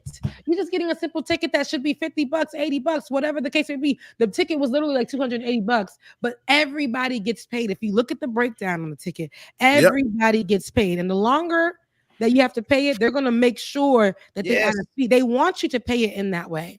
They want you to pay it in that way. Then you think they want you to pay the interest that comes on these things? And now you should think, back in the day, you used to have good credit. You get good, interest rate. They don't give a damn now. Your interest rate, your interest rate could be 29%, and you got an 800 damn credit score. Literally, this is what it is now. You thought your credit was something, and mind you, why would you trust something that just came out in 1980? Why, Ben? We lost you. Why would you trust something that came out in 1980, like what was it, 1980? A system that they couldn't even trust themselves. It takes you so long to build up your credit because again, it's systemic, and then 2 seconds of your school loans. I forgot about that. That you didn't defer again for that. You forgot to defer, and that reported to your credit. You went from and this is a true story. You went from a 730, my first time in my life, and went all the way back down to whatever because of that one missed payment. That's crazy. And I worked so hard to get my behind there. It took me years to get there. No, you are a number. We all are numbers to be extracted from. This is literally the model. This is not a political statement. The economic model that we live under, every human being is a digit to be extracted from. How much can they get out of you? And we have a government that literally just turns us over to them. Think about, just real quick, I know it's a different subject, but just think about the oxycodone problem, right? How many people, of course they cared because it was mainly white people, but that's a whole different conversation. The fact is that the government allowed us to be exploited in that way because it made the pharmaceutical companies filthy freaking rich. And so, of course, why do you think you have these car salesmen on every single 5 or 6 car salesmen on every single corner? Because it's there to extract the need that you have to have a car. But they're going to make sure they tack on every fee imaginable, everything imaginable. They're going to make sure your parts do not last as long. Why do you think you have auto zones and every variation of it on every single corner? Because they know the car is only going to last long enough so that they can make more money off of you later. It is literally a science that they have mastered. And then when people get hip to it, you started off with this, Rebecca. This is how they get away with it now. How they get away with it now that everybody knows in 2024. Yeah. They say, don't worry about that. Worry about the immigrants at the border. Yes. Don't worry about that. Worry about the LGBTQIA community. Don't worry about exploitation, the fact that you can't afford to pay a $2,400 a month rent. You need to blame Black Lives Matter. That's all. Oh, no, that's exactly who you need to blame every single time. It's these people. It is you DEIs that are the issue. It is, we're looking at so many issues in all of these different states and their leaders like Ronaldo DeSantis, like him out there in Florida, which is my home state, and seeing how so many schools are removing anything that celebrates diversity. Like all of that for Black people, anything that celebrates Black people, Indigenous people, they're making sure that they remove that because they want equality. Equality would allow you to celebrate Black people because for so many years it's been instilled and indoctrinated into this university, actually, the history of these types of universities, that Black people are inferior and didn't deserve to walk this campus for so many years, decades. Some of y'all grandparents, some of y'all mamas and daddies remember these times. And so it is imperative that we celebrate the Black people that help build up your white university, that help feed your white children, that help clean up y'all dirty homes, that helped y'all learn how to take care of yourselves and taught you how to wash your legs. Those type of things. Add seasoning to your food, and so many different other things, right? These are Black people that help build the things, your everyday items, what like the traffic light, cell phone, right? What else do we have? Peanut butter. We're talking about, we can talk about foods. The pad, right? Sanitary pads for women. All of these things, probably so, with fragrances. Like these different things. They said that it's historically, they said that Indigenous people used to sage and burn things around the colonizers, and the colonizers were so fascinated with that when in fact they were doing that. Indigenous people who they killed off and took their lands and some of their practices and tried to say that they did it, they made it. They did that because colonizers were stank. Listen, that's a historical fact, and it's funny as hell. It's historical. I'm saying all of this, and while I'm saying the trickle down economics, all of this stuff, the poor people are being abused the worst. While I'm saying that, when you poor and you Black, when you poor and you a minority, they said you need to grab yourself by your bootstraps. And over there, they're telling those Black people, we don't want to recognize you at this university, and we probably won't recognize you I remember back when I was in high school, y'all, and I remember when people were complaining that they were going to jobs with their degrees from HBCUs and they were being turned away because they went to school at HBCUs. And if you guys don't know, we all here went to an HBCU. Everybody that you're looking at on your screen went to an HBCU. And so knowing that, imagine, I'm grateful that I had to fight for anything that I did, but it wasn't until I went to another school and got my master's degree. I am so proud of Florida A&M University. I believe that orange and green, that university changed my life, taught me so much. It actually made me more intelligent. It taught me so much about who I am, but historically where I come from. And so I am amazed by that. The school that I went to further my education, Full Sail University, which is a school that focuses on media. And so I went there and I graduated, and I'm grateful for them as well, who allowed me to go to work and do school at home and go be hands-on with some of my media, all those kind of things.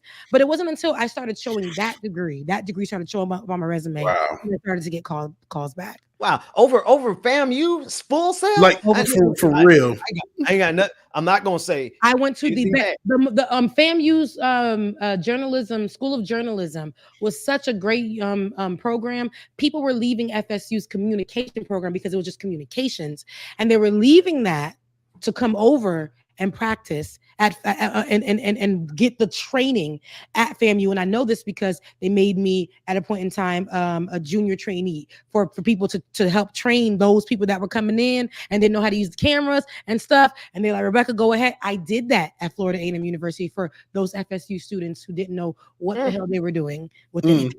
They weren't getting that training. I really do like this whole period that we're in that's like anti-diversity and inclusion, anti-affirmative action, and basically who's saying like black folks who anything, we didn't earn it. That's the new acronym for DEI is didn't earn it.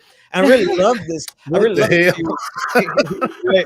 I love this period because anybody who's actually had a job and sat with black folks on their job, especially when we're talking about like black professionals, even I'm thinking about attorneys, I'm thinking about folks in the digital world that I come from.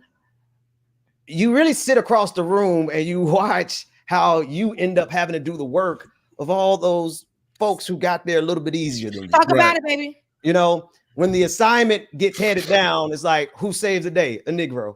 You know, when there's a crit sit, who, you know, like when there's an attorney who you need somebody to get you off, or you need somebody to help you navigate, and you get you like a black person, a particularly black woman attorney on your side. Yeah.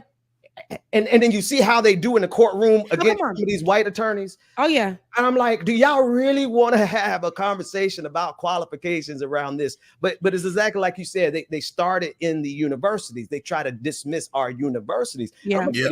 Rebecca, I got my bachelor's, I've got my master's, and I'm just about done with the PhD. Come on, PhD. I'm telling you, those last two came from white institutions. And not nary one of them was better than Bethune-Cookman. I'm sorry to tell you. I honestly was able to sail. I mean, just coast through these programs of a master's program and a PhD program was nothing to me compared to the rigorous nature of Bethune-Cookman University. Yes, indeed. That says a whole lot. That says a whole lot. Yeah. It does. And the reason why I wanted to start with that, it's funny that the Lord allowed it to just flow that way, because I was sitting here and I was doing research. I'm like, what do I want to talk about today? And then I began to look, and I remember the conversation that we had about rent before, and we had many conversations about rent and things like that. Right. But the rent that I was talking about before, that ain't the same rent I'm talking about today. I'm talking about $1,000 more today. And I'm talking about in a short period of time. I'm also talking about they raising my rent during the pandemic, the height of the pandemic, the beginning of the pandemic. So this is the conversations we're talking about. We're talking about the moratorium that they put in place that was saving people. But after that, whatever, people couldn't even afford to stay because that moratorium was holding their spot. Everything up. What we laughing about? See, I don't have David is interrupting your wonderful. I love everything that you were saying. Look what this white man put on my screen. Yeah, not a key. David, I would fire you, but you're volunteering right now.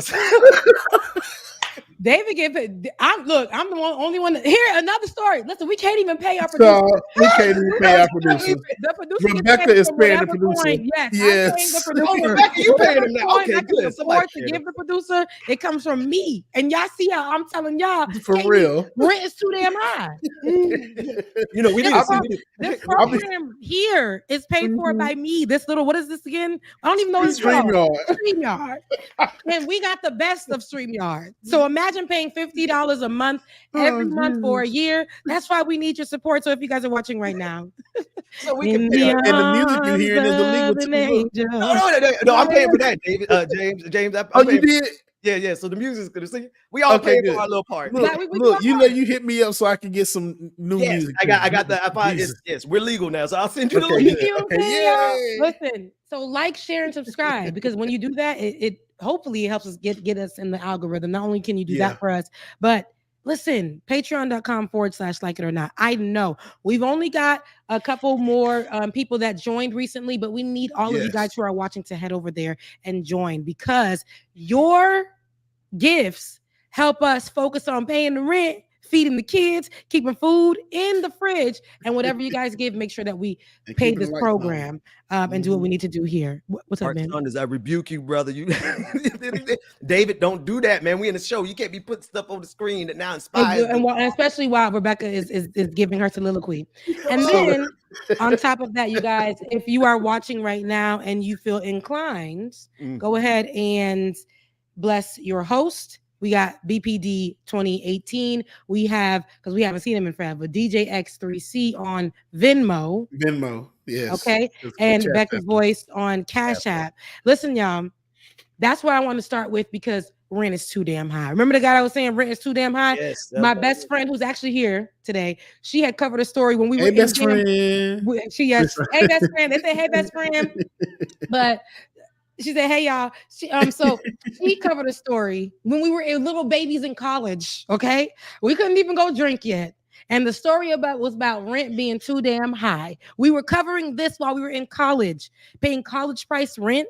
And we were fighting for our own college rent prices and the people who live in Tallahassee at the time. So knowing that in that moment and then being where we are today, like, come on now, we still talking about that. That's over 10 years. We about to tell our age, girl, but that's over 10 years ago that she covered this story as a junior journalist. So, and I'm still talking about it. Yeah. Because it's only going to get higher unless we stop. And I'm getting paid. Back then, I was getting paid about $10 an hour. I was producing at the local news station at the time. They were paying people $9.50. Wow.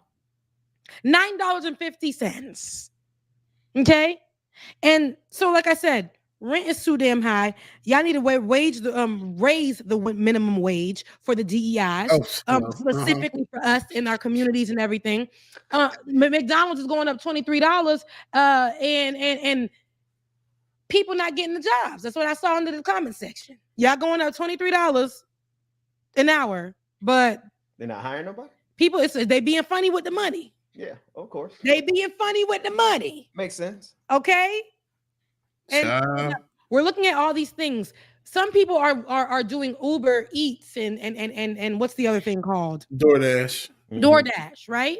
And that's helping them, that's benefiting them more, but it's putting miles on their car to drive to only get $2 worth of tip. And it's none of it is making sense for us. Right. If I'm talking about 15 years ago, I'm telling my age.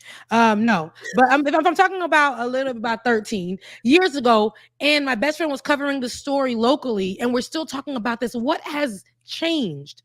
Are you saying because y'all decided to raise the minimum wage from what it was then, that y'all had to make sure, the feds is watching, that y'all had to make sure that our rent is so much higher than what? Like, why couldn't the rent stay where it was or around a comfortable rate? You guys you guys being America and the leaders are focused on the wrong thing. Children are hungry. People are hungry. We're still going through the effects of what the pandemic did. The prices that we want to go ahead and while y'all saying that we need to go lock in on houses, we can't. I can't lock in on a house with the interest rates this high. Facts. Forget about it. I can't lock in on a rental rate. This is me that's high.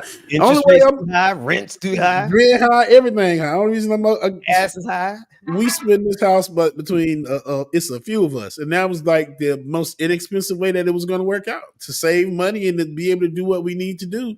That's right. We had to come together, and that's like the only way we're able to save, like we're saving.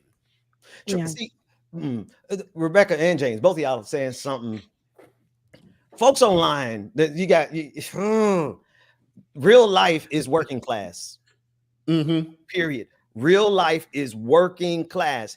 Not every one of these influencers who got a little bit of money represents real life anymore. Once you get over that threshold of working class, you are living in a reality that is not what most humans experience on this planet. James, what you just said, a lot of people experience it. Rebecca, what you've been talking about all this morning, there are more people in the same position that we are in. I'm working class. I mean, I've been other things before. I've had money before, but I'm showing up working class now. And I've been working class like 90% of my life. You know what I mean? My dad was working class. You know, I'm gonna try my best not to let my kids be working class, but I mean, it is the reality if you work for a living and if you live anywhere near paycheck to paycheck, if you only got $50 left over at the end of the month, $100, you can have $1,000 left over at the end of the month, and you're doing better than most humans on the planet, but definitely in the United States, because everybody is truly working class. Yep. And that's what I'm saying. And that's what they don't want to talk about, because people, and that's why these conversations that come up about, here we go, we're going to veer into another lane right now. We're going to take it back from what we talked about. We're going to bring it right here. That's why the conversations online with people with the podcast, with the that's so good. That's so good. In the background, those people that ain't got no training, but woke up one day and now they became your a relationship expert, food experts, all these kind of damn experts. And I ain't hating on nobody who got it, because Reese Tisa, you deserve. You had a natural gift. Keith, you got a natural gift.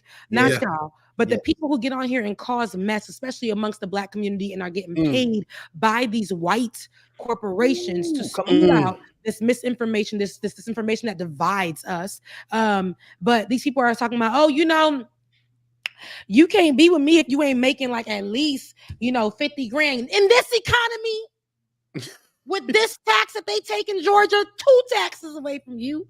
You got to file exempt every now and again on your paycheck to make ends meet. And you're making over 50 grand. In this economy, baby, you talking about you want your man to make how much? It's 100,000 now, Rebecca. And they say if you don't got a Lamborghini by the time you today's price is not yesterday's price, so it definitely went up, child. It went up like the rent. Because it went up like the rent. Okay, so they out here talking about back in the day was now the men are saying the women needs to look like this.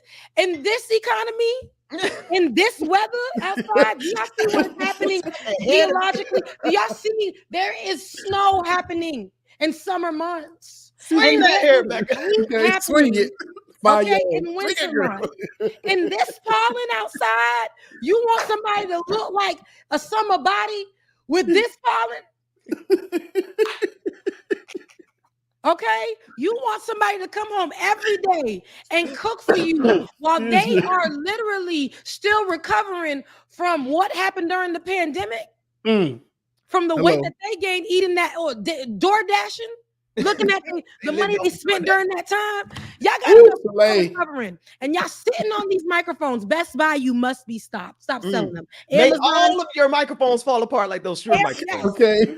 May your microphones fall apart just like the Shure piece in the back. They need the microphones need to be like gun control. Y'all need to control these microphones like that. But hell, they don't control the guns, so never mind. Exactly. They don't want to, because now the microphone has now become the weapon. Rebecca. I'm on it today. I don't know. Rebecca, you've been on it. What you talking about? The Lord is using me. Yeah, now. Come on. In my amen corner. So good. Black woman. See, the Lord is using me this morning. Yeah, I didn't know I was going to come on and say, but he put it on my heart to discuss the rent being too damn high. But and it's not only the rent, it's just the rent being too damn high is the title for everything being too damn high. Hello, some. Okay. It's a catch-all phrase, Rebecca. Okay. Come on. It is. Listen, and let me take it here, and I'm going to end it right here. I'll let y'all have the show at the end because I'm done talking, all right? Listen.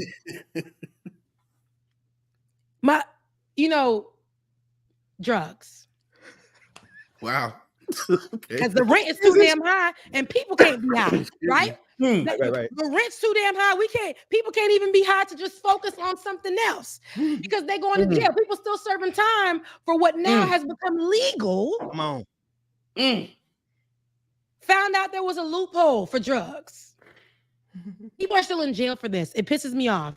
You can walk into not even a dispensary, a freaking vape store, and get THC under another name. And the loophole, and you probably know this, Bubba, and the loophole is just a simple thing that you just ask for. And because it's contained and not burning, that's how they can tell it to you. So are you telling me, so my local weed guy, not mine because I don't have one, but the local weed guy, whoever local's weed guy is outside and doing the same thing, but serving God knows how much time. He's serving it to you with, first of all, he's selling it to you and not burning it.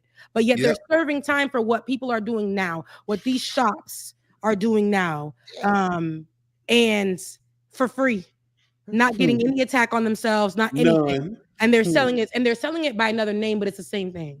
Delta 8. Delta There 8, you go. Delta 9 is in it. They'll tell you that it has THC in it, but they're gonna call it something else. But it's the same thing. It's literally the same thing. They have them in clusters. They Yep. have them in different types.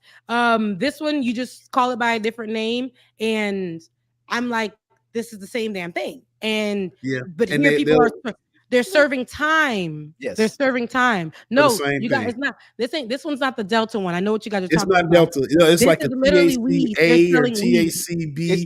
Yes, there you Yeah. go. The Yeah. there you go. It's THCA, just like a THCB. It derivative is of it, but it's weed. the same. It's still weed, y'all. Yes. Trust me. I mean, I don't know, but it's still weed. Yes, I say this because they for our listening audience, you got to go and watch that. You gotta see the facial There was a message happening on it.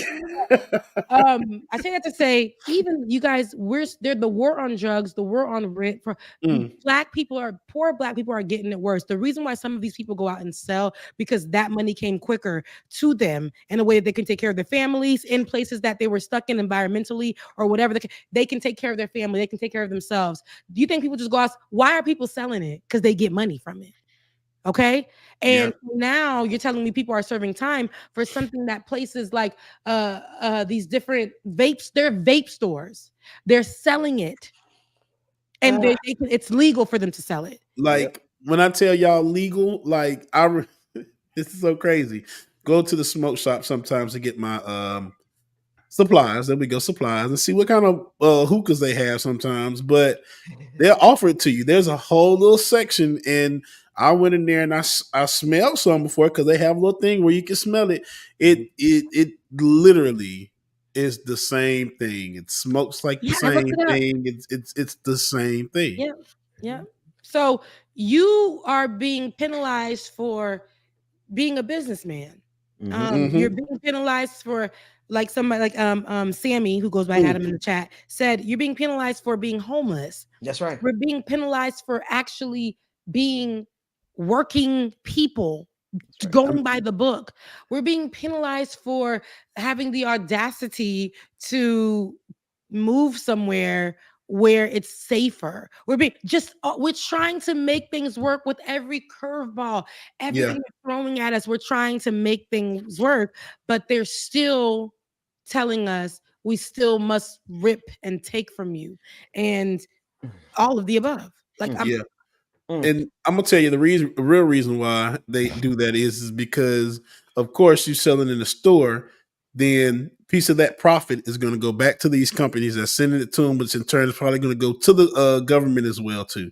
So it's all just the money play because they're all making money from it because they can't. The man that's on the street that's selling it, since they can't tax that, that's why they're like, yeah, let's go ahead and get him off the street and lock him up for some petty BS where. You got now, like if you're in certain areas, if you have over 3 grams, they're just gonna give you a ticket.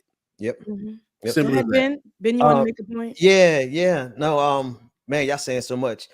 All right. So first thing, James, my God, y'all, would you believe my brain just said no? Never mind. My brain just said, forget about it. Go ahead, Rebecca. Okay, well, no. No, I had 2 really good points. You did. And my brain just said, never mind. It happens like that. You know why? Because the pandemic did a lot. The pandemic did a lot. And discussing my uncle, and this is a true story. Shout out to my cousin Sarah. It's her birthday. Love you. Happy birthday to Sarah. But my uncle had passed away. And when they found him, he had bills in his hand. Oh my gosh. This is a very true story.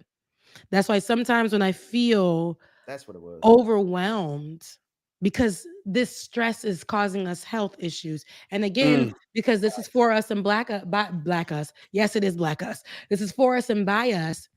The reason why I point that out is because, again, we get hit. Everybody's getting hit, but minority, specifically black people, get hit the hardest when these things are happening. The stress is so much. We don't have the access to healthcare to go get the mental health that we need. Access to different resources, again, are like finding a new place to stay in Atlanta. There's a fee for everything, or there's a limit for everything, or there's a time schedule for everything. There's so much they ask for, they require for you to even get any proper assistance in your hardship. You have to prove every single little thing. And by that time, you're already 5 months behind. You don't need the assistance anymore. Let me say this before I forget. Go ahead, Ben. You just nailed it again. And James, if you could help me remember what you said, because it was so important. But Rebecca, we are people, all of us. Like, and when I say we, I'm not talking about just the three of us on the screen. I'm talking about the viewers as well as people who got to go to work. Y'all realize how much we can't afford to let anything That's go. my best friend in the background. Hey, best friend. I'm like, who this in the house? We are all people who can't afford to let anything go wrong. Like, we all live on the edge so much in this country that if one thing goes wrong, it can spiral out of control for years to come. If you get sick, it's like if you get sick, you're in America, you can almost forget about it, right? If you lose a job, you can forget about it. If your car breaks down, you can forget about it. One thing in this country goes wrong, and it leads to you being in a cycle that they're just sitting there. The same people who helped make it go wrong, they're sitting there to make money off of it being wrong for you for as many years as you can. So they're going to take the fact that your car is broken down, and it's going to compound. You're going to have to do things. You're going to have to spend money that you don't have. It's going to get you deeper and deeper in debt. And that's because they have specialized at keeping us all on the edge, but profiting off of us being on the edge. And that's how we live. Yep. And oh, Jesus, the whole process of just say like that night that I got the ticket, they took my car. I had to pay for the insurance the next day. These are all things that weren't budgeted into that month. So within less than 24 hours of just being stopped for a ticket, a violation, just that one time, I had to spend over $1,000 that I didn't have. So pulling from different areas. Everywhere. And then on top of not having to pay for the about $2,000 ticket, this is money that you're supposed to be saving up to make sure your rent is paid and all this other stuff. You're fed, you're this and that. So many times I talk to people daily because I work in finance. Believe it or not, I spend like a drug dealer and I work in finance. But listen, with those people, I hear people discuss every day their issues. And that's why the company that I work for have an issue with me, because I find there are loopholes and there are ways, and I find them to assist these people who are going through the worst of it. And y'all, if I could tell you the stories, and there has to be key words that these greedy corporations want from you and I when we call them to discuss a hardship. And if we don't say those words, do you know what happens? You're SOL. Is that how they say it? Yeah. Right? Yeah. You're that. And you better pray to God that your money is not aligned with this financial company that you taken out any kind of credit with or whatever, because in the small print from when you signed up for credit, you didn't know a pandemic was coming, and you've been with this company for about 45 years with your business. And in the small print, there's somewhere that says, we will snatch every coin you have if you bank with us and you owe us any money. This particular financial institution has done that to so many people during the pandemic, has taken every penny from their account because they were about 3 payments past due or something. And I'm talking about big business owners who had to shut down their business because this financial institution decided you owe us and we're not gonna let you go away like that. Yet this financial institution had people working for them taking out PPP loans, and those PPP loans being forgiven. That's crazy. Okay, so this is what we live in. And if you were an employee at this financial institution and you happen to get a PPP loan to help you get through whatever you were getting through, this financial institution had the right to go through your bank account and do an investigation on you. Okay, y'all, I swear, this is happening. This is what's happening. This particular financial institution that I cannot name has done so much, and I've witnessed, and that's why I say, y'all, That's also a thing. We have to work for companies that don't align with our beliefs every day. Mm-hmm. We have to go in and respect the job that we're working for. And how I do my due diligence every day, just like how I feel like sometimes I don't feel comfortable giving tithe at the church because I'm like, okay, God, help me to give this 10% somewhere else. I'll give it to a homeless person outside. I'll give it to somebody who is calling me, asking me for gas money. There's something I will do. And with that being said, in this particular financial institution, even though I don't like the way they function, I ask God every day to allow me to be a vessel to the people that I speak with every day, to do something that I can assist them with, because I know I am them on the other side of that phone. I am. And you guys, I kid you not, the people that I talk to every day that are being beat down the most, that have the longest relationship with these institutions, are more brown and black people than they are white.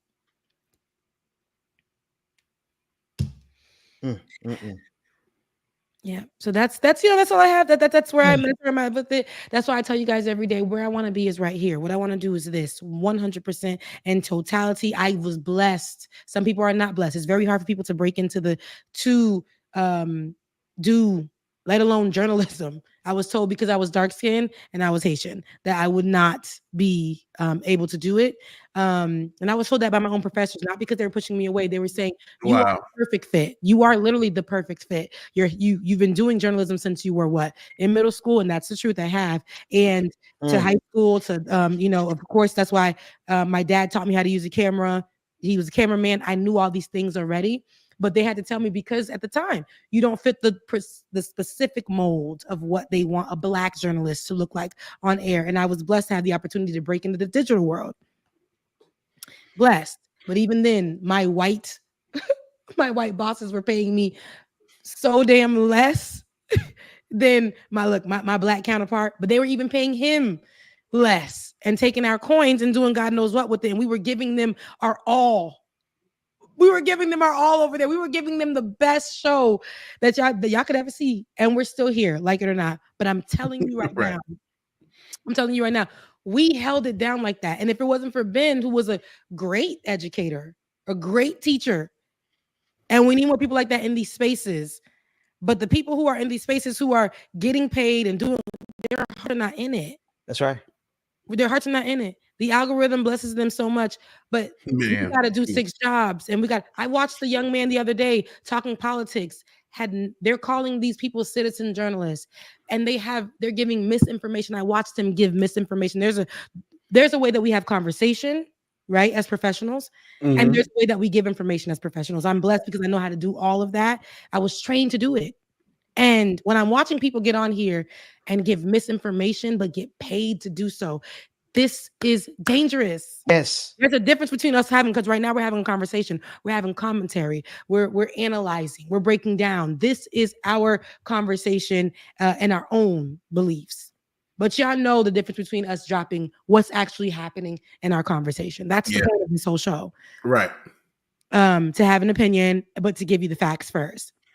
But I'm watching these citizen journalisms. Listen, I honestly, this is my old school part of me. I don't like it. You need some form of training, because coming out here and just making accusations and it not being flagged on platforms like TikTok and on Twitter, they're picking and choosing what they want to flag. They're picking and choosing what they want to push. People are getting, there's that girl, Bobby, what's her name? Bobby Storm or whatever the case may be. Now she's going, the one that did the interview with Offset and Offset. She's still around? She's now gotten even bigger. And yes, the Black community and pages like the Shade Room are continuing to post her instead of pushing Black talent, Black anything. You see what I'm saying?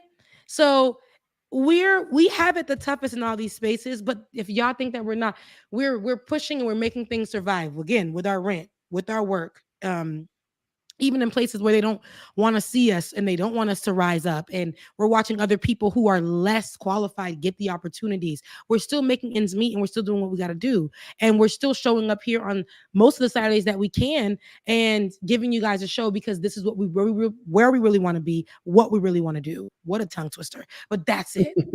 Right. That's it. So I mean, and I watch people who don't even have a quality like this, like you said, They don't have this. And this is us at lower quality, baby, because we know how to do it. Baby, if you go we know how to do this thing. Okay. Go do your research. Just go back. Go back. Go do your research. Please. No, they don't gotta go back. Really, just hang on. Just a little bit longer. Just hang on. But just even even what you have right now, y'all, they not doing it like this. At all.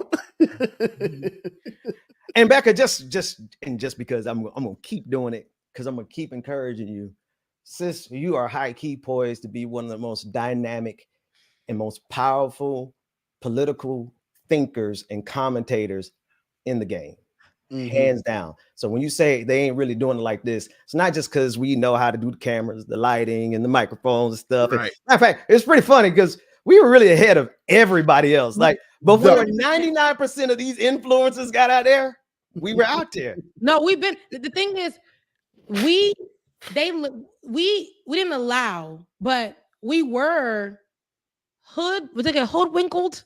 Hoodwinked. Yeah, it's whatever. Hoodwinked.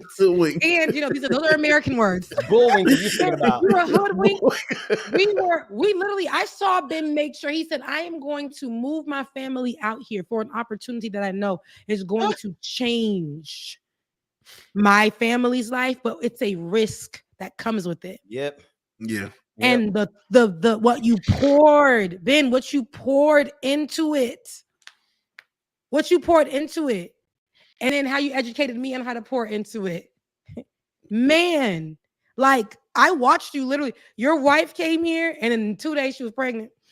After that, y'all literally landed and she was pregnant in 2 days. I don't miss. Listen, we were there morning to night, literally morning to night, working on stories, working with alongside our producers. They became family for us. Yeah. Those white producers became our family, and they knew the vision, and that's what birthed Like It or Not. And we're still here from that day. So I say all that to say, y'all, listen, struggles are here, and our community gets it the worst in all these different cases because we decide to do it just a little bit different. We decide to do things that don't fit the mold. Ben is a whole pastor. A whole pastor. Okay. They don't believe I'm a really Bubba is a whole LGBTQIA plus DJ. Okay. I just happen to be 17 different personalities. I don't know why God made me that way, but He did. 21, man. Right?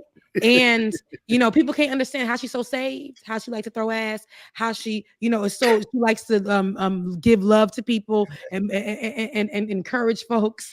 And I'm all of those things, and I'm Haitian and a Florida girl, all those things. But I'm also a journalist, and it's just like we're skilled for this. Everybody has their skill, everybody has their thing, and because sometimes we don't grift hard enough. We don't all like I would. So sometimes I want to be like Trump and then make a coin for about a year, but it's just not in me. Yeah. It's just not in me. Thank you. Mm-hmm.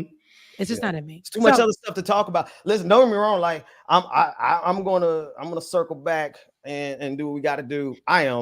But there's just too many other things that are real that are happening every single day. And like today's episode, like this is what people are really dealing with. Trump matters and his fascist movement that matters and all that. But you're absolutely right, Rebecca. Ain't nobody got time to just sit and but if we did, we'd all be sitting pretty though. And we all just Trump all day, man. What microphones? Go buy a Neumann T81. Trump and Becca and what was it? Bubba Becca. What's the truck? What was the truck names we used to do? Becca, remember that? Rebecca. We gave y'all so. Listen, you get everything over here. You get tears. You get happiness. You get y'all got a little bit during the pandemic. We ain't had nobody talk to, so we was fighting on air. So what? In our most quality version of this show yet. We fighting on air. We was messed up. And y'all saw it was so much. Ooh, y'all have seen some changes if you really think about it. My God. Ben was on air. We was like, what's up? What's up? What's up? What's up with you? Is Bubba okay? Bubba seemed like he got an attitude. He talking about taking him down. He'd see it all on my face. It was too much. It was so unprofessional. but we was going through it in real time. Man, in real time. Oh, those are the good old days. And you see, we can laugh about it, and we still going through stuff, but we can laugh about it. And that's how I know that's what you call growth. And listen, if you don't, I've watched these other platforms literally grift so hard. They lost all of the people that their talent that they've worked alongside. And it's only them two, and I'm talking about that one white one, yeah. You know, a European, I don't know, that goes by a different name, but those people, and I'm talking about them specifically because they were the head of a lot of things, only to realize their talking points were coming from a lot of Black shows that were similar. So there was nothing that they had that was specifically for them, and we watched them go from being one way to another, and it's okay because people have room to grow, shift, pivot. I love it. Do what you need to do, but it became at the cost of the same people that they built this platform to protect and speak for. So LGBTQIA plus community is getting attacked, minority community is getting attacked now. You know, so many different people, even like you, Ben, are being called out by these same people that once were allies to you. So I didn't even know it's yeah, that was back then. Oh, but, okay, yeah, you know, right. to be in these spaces, you know, and to be is a blessing.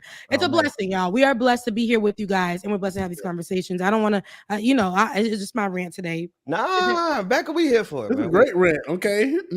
Yeah, Listen, rent is too high, but we got roofs over our head. I'm grateful. Come on, we making it work. You know, we're making it do what it do. We're making it do what it do. Groceries are too high, but I'm still able to go ahead and have me a good meal, make some breakfast, cook, do what you need to do, right? Like we're gonna make sure we make ends meet. The light bill is too high, but we're gonna still make sure we plug in every Saturday so we can give you this show. Come on, man. We're gonna make sure we do what we gotta do. Come on, talk about it.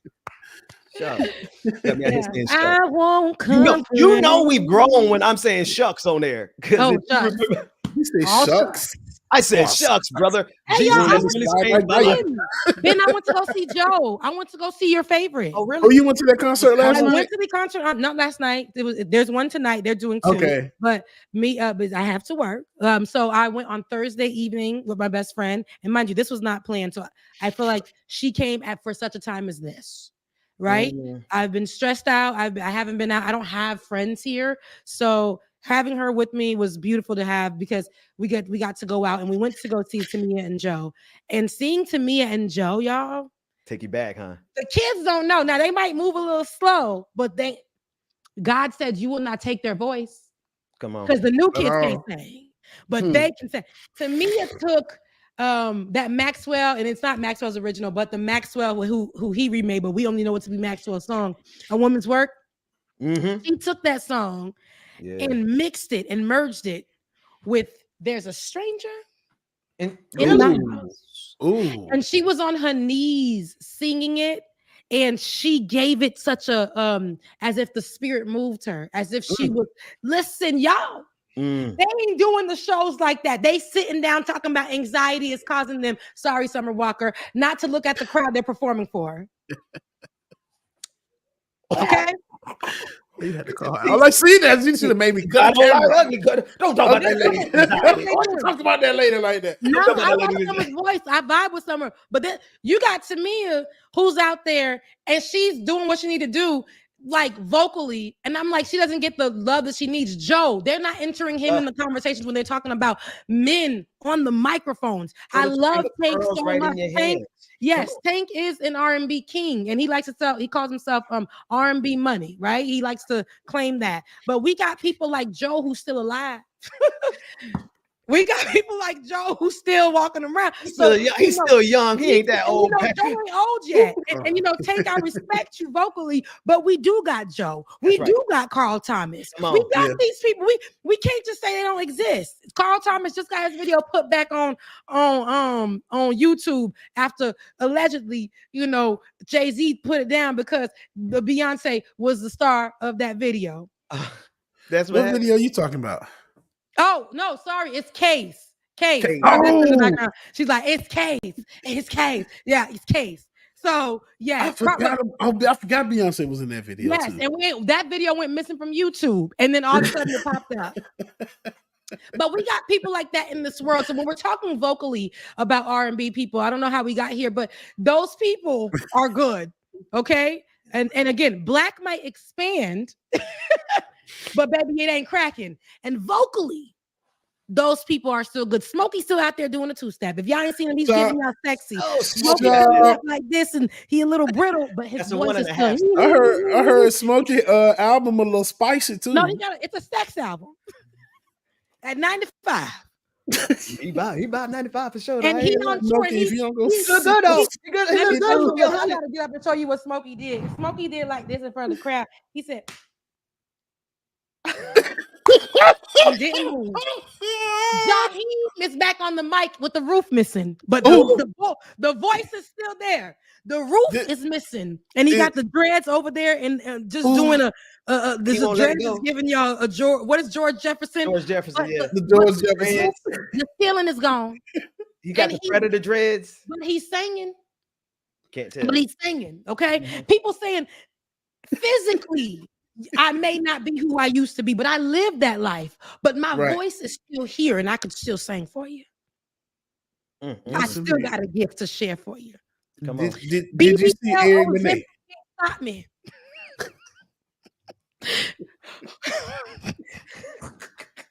Frontal men's units cannot stop me. I'm gonna be who I am because the gift inside of me is bigger.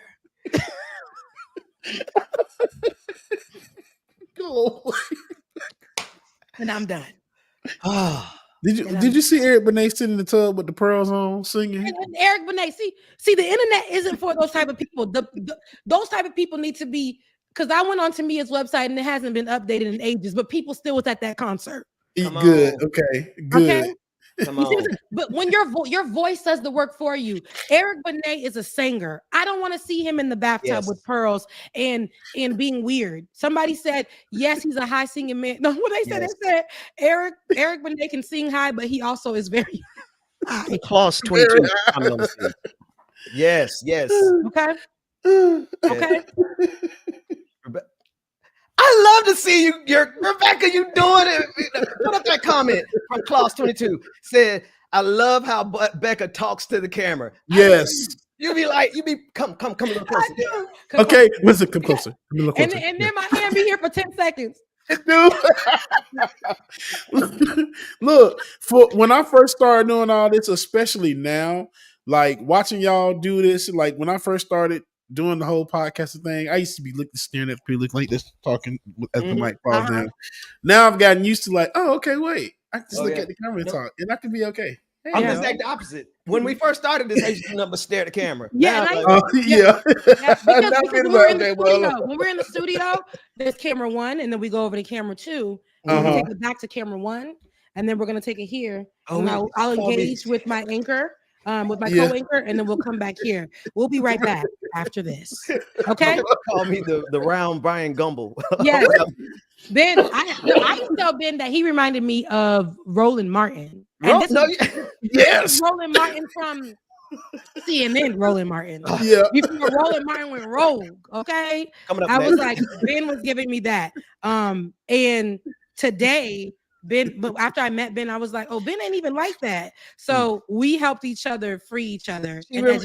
She taught me. I don't know why, but it was that Mary video. If it's still up, it was a great video. But I realized, I was like, wait a minute, we can talk politics and roast people. And Ben, what did we try to name? What did we try to name that segment again?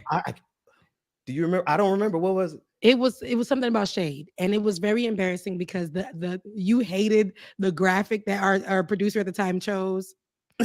Hated that graphic. You wanted to half of this conversation we just had. You know, I ain't gonna remember nothing that happened 10 years ago. Oh Lord. Yeah. Oh, you guys are asking me for my Cash App again. Let me just tell y'all, it's Becca's voice on Cash App. It's Becca's voice. It's Becca's voice. But and then listen, tip your host. Tip your host, y'all. We got BPD 2018. DJ Don't send nothing to me today, though. Send it to James and Rebecca, y'all. Listen, Becca voice on Cash App and Venmo for DJ X3C. Listen, I am so proud to be with you guys, and I'll probably say this every damn show. I will always say it's every damn show. But I know you guys are waiting for my individual show. It's dropping. Don't worry. It's coming. There's a lot. It's been a lot that happened this past month. Haiti, all this other stuff. And I didn't want to mix up too much stuff with what was going on. But don't worry, we got the shades of good news coming to you.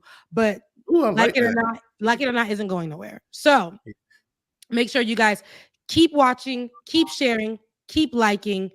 Who's calling us, Bubba? Child, that's my mama. She they on Mama Louisiana. Gwen. Right. Mama Gwen. I should have answered it and put her on speakerphone and embarrass her real quick. We ain't seen Mama Gwen. And, oh man. Look, that's hello, because mother. We haven't been. I'm on the phone on the show right now. Say hey, Mama Gwen. Everybody. Hey, Mama Gwen. Chicken this morning and I didn't see you, so I didn't know what was going on. Yeah, we're on right now, so you can go log on and look at her it. to say hey to us. We say hey to her. She said say hey to everybody. You gotta say hey, y'all. Hey, Mama Gwen. You heard them and say hey, Mama Gwen. They told me I love them all. Oh, she say she love you all. Oh, he's so sweet. Back. She's so precious. Okay, bye. So precious. Okay, guys, listen, we got 10 more minutes on the clock. I really want to get some of the before we do get them in. I want you guys to get your last look because I'm moderating. We're gonna get these last words in. I don't want to hold you guys. I know you got kids, Ben, and I know Jada be coming into that room ready to get you up out of it. And I know Bubba, you got some moving to do. And it's Saturday, so you already know. And that's for me in my house. I got a few errands to do before it's my last day with my best friend before we go to dinner tonight. So if y'all looking for me, I'm outside. So listen, any last words from you two? Because I really want to get through the super chats or some of the comments. And the new patrons. I want some comments. I want to read some of the comments that we actually have because there's some good ones I saw. So whatever you feel inclined to post, David, nothing crazy. But whatever you feel inclined to post, let's read some comments, let's read some super chats, and let's have a blast. All right, we got Funky Flesh. Go ahead, Bubba. It's up to you. Yes, you guys are some of my favorites on YouTube. Everyone reading this, subscribe to their channels if you haven't yet. Yes, please subscribe, y'all. Hit up Becca's channel. And if you haven't, go to all 3 streams. That's what I did. I went to all 3 streams and liked and shared it. So everybody can just tweet everywhere. Okay? And make sure y'all do. I got too many people on my channel who ain't over on their channels. Yeah, and speaking of channels, David, I don't know how we need to link mine. My channel has been here already, but I just need to share it, I guess. Okay, so. We'll show you next time you're on StreamYard. I'll show you how to go ahead and link. Okay, perfect. So so then that way, then we can do BBC over there, and just cut up. And I mean, still do maybe do an edited version for Ben's channel, and then on my channel replay it with all the other stuff in there. Yeah. You can. All those things are possible, and I can go over that stuff with you and how to do it too. Okay. So because we got to make sure we respect each other's channels as well. But I want you guys to, like Ben said, head over to BBC, head over to Rebecca Azor. We're live right now. Bubba will be live on next Saturday. We're gonna get you up and running. Yes. And just make sure you guys at least like, share, and subscribe. Get these numbers up. Yes, please. There's going to be a lot of great things that we do individually. And I heard Ben got church. He had church going on this page. Now, come on now. Look, and I want to say, it ain't James' fault. My channel changed.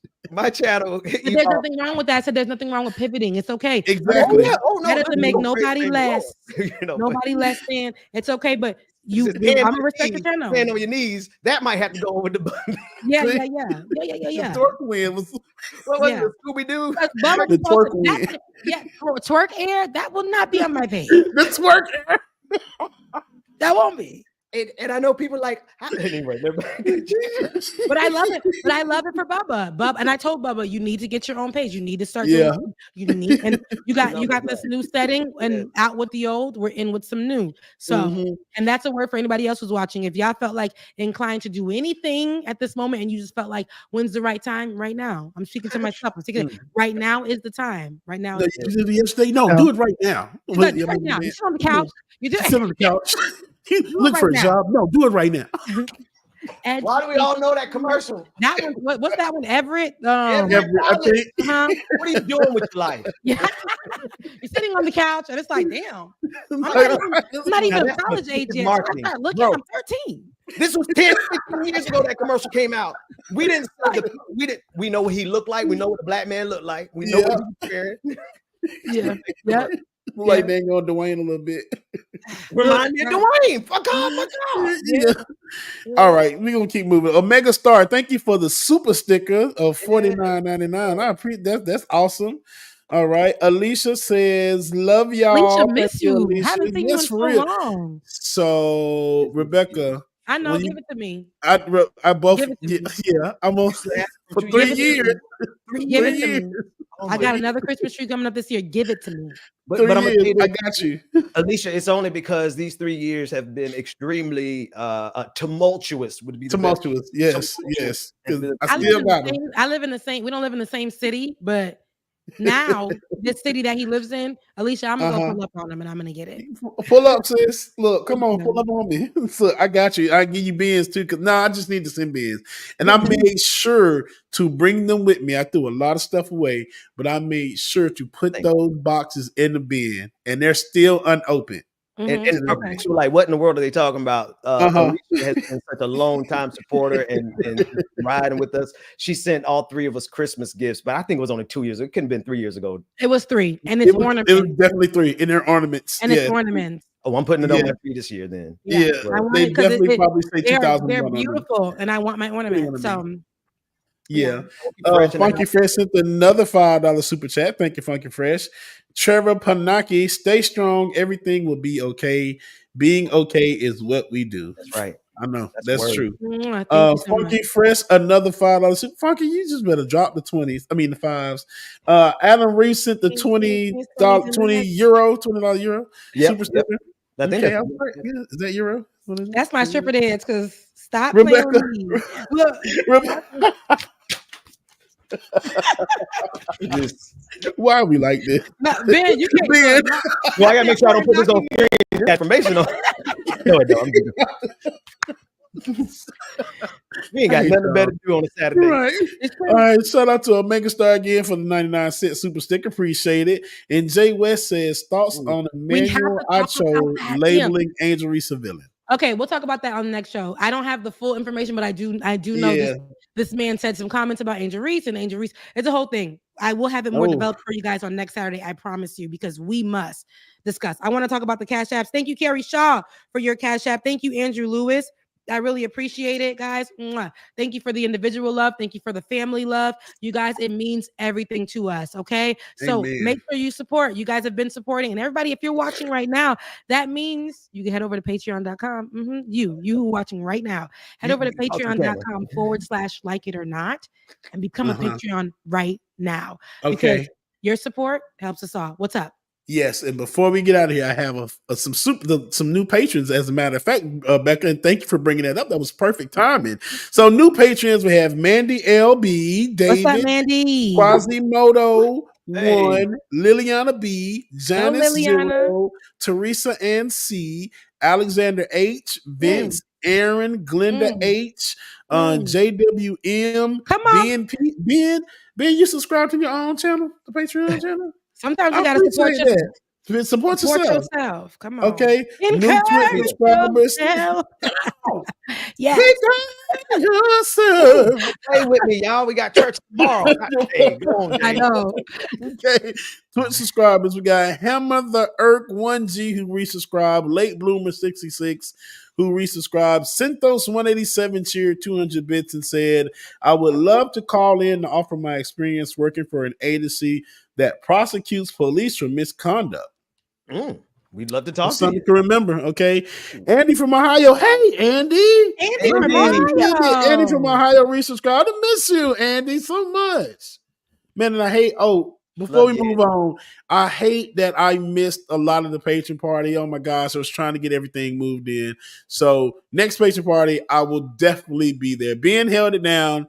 We stayed on for like maybe 10 more minutes after I logged in. I did log in, but it was only for such a short amount of time. So next time I'm there, I'm fully there. Okay. Look, next time I'm there, who knows? But I'll be there. I'll be out it's been about 4 years since you came to a patron party. Probably 6. And it has. I ain't even gonna hold you. It really has. It really has. Ooh, this is a good one. Toxic Shocky gifted a 6-month subscription. Come on. That's dope. Thank Toxic Shocky. Okay, appreciate you. Onyx Squared resubscribed, and Judgment for Judgment Free Zone. Don't y'all judge me. Judgment Free Zone subscribed as well too. And it looks like we just got another super chat from two of them. Soul Life sent us a $10 super chat. And that's it. Hey. No, thank you so much, Soul Life. Thank you so much, everyone who has definitely given an Omega Star. Adam Reed, who his name is Sammy, and out of France, by the way, giving love to us. We're getting love from we have. Je ne sais quoi. Listen, Yes. je ne sais quoi. On soit, je ne sais quoi. De la crème. You know, merci. Sammy, merci. Voulez-vous coucher avec soi? Non, voulez-vous coucher avec moi ce soir? Or sinon. Anywho, y'all, listen. Thank you. Real quick, Neon just said, "Toxic is my fiance." That gift went to me. That's dope. Okay, I had to read that comment. That's dope. Neon. Oh man. All right, y'all. We're at the end of the show. We hit that. Like y'all don't want to leave though. No, I don't. But I have things to do. I don't want to leave. But I gotta go right now. Yeah, we gotta go. We gotta go. I know you don't want to go, Ben. I'm shocked. Usually you be like, gotta go. Yeah, and listen, we're going to the park later. Last week we had to go, but yes. Okay, no, that's good. It's you have family time to spend, but I have to go. I have to handle some errands. My sister isn't in town. I have her bird, so I gotta take care. I am the bird lady. I gotta take care of her bird. I'm gonna go run another errand for her, and then I'm back home. So y'all, I love you guys so much. I want you guys to enjoy your weekend and remember what we said. It was a lot of things that we said, but I need you to do it now. I don't need you to do it later. Whatever it is that you want to do, what you're working on for yourself. Even if you have a job, a 9-to-5, we all have it, whatever. But whatever the case may be, put some time in for you and what you want to do. I know it may be difficult, but try to do that thing, okay? Put some time into it. Love on yourself. Do what you need to do. I don't care what it is. And we'll check back in next Saturday, and we'll have a blast again. Until next time, y'all, I love you. Mean it. Love it, mean it. Hey, let me get y'all the inspiration vitamin for the day. I see so much to be grateful for when I take the time to look. There you go. There you go. Because I'm grateful for how I look. It's a lot of girls who don't look like me. And when I look in the mirror to look, I'm blessed. Blessed and highly favored. Bye, y'all. Deuces, y'all. Doing here is not going to stop when it comes to these type of discussions. It's going to be for us and by us here on this platform when the media is telling us to look the other way. Your support is what helps us move forward. Join patreon.com/like it or not. Help us grow. Like it or not, y'all. 2023. Y'all know what time it is. It's time for like it or not. We're back to us. Let's start this damn show. Yes, it's time for like it or not. We're back to us. Let's start this damn show. Rebecca Zora's in the house. You know she got a funny story to tell.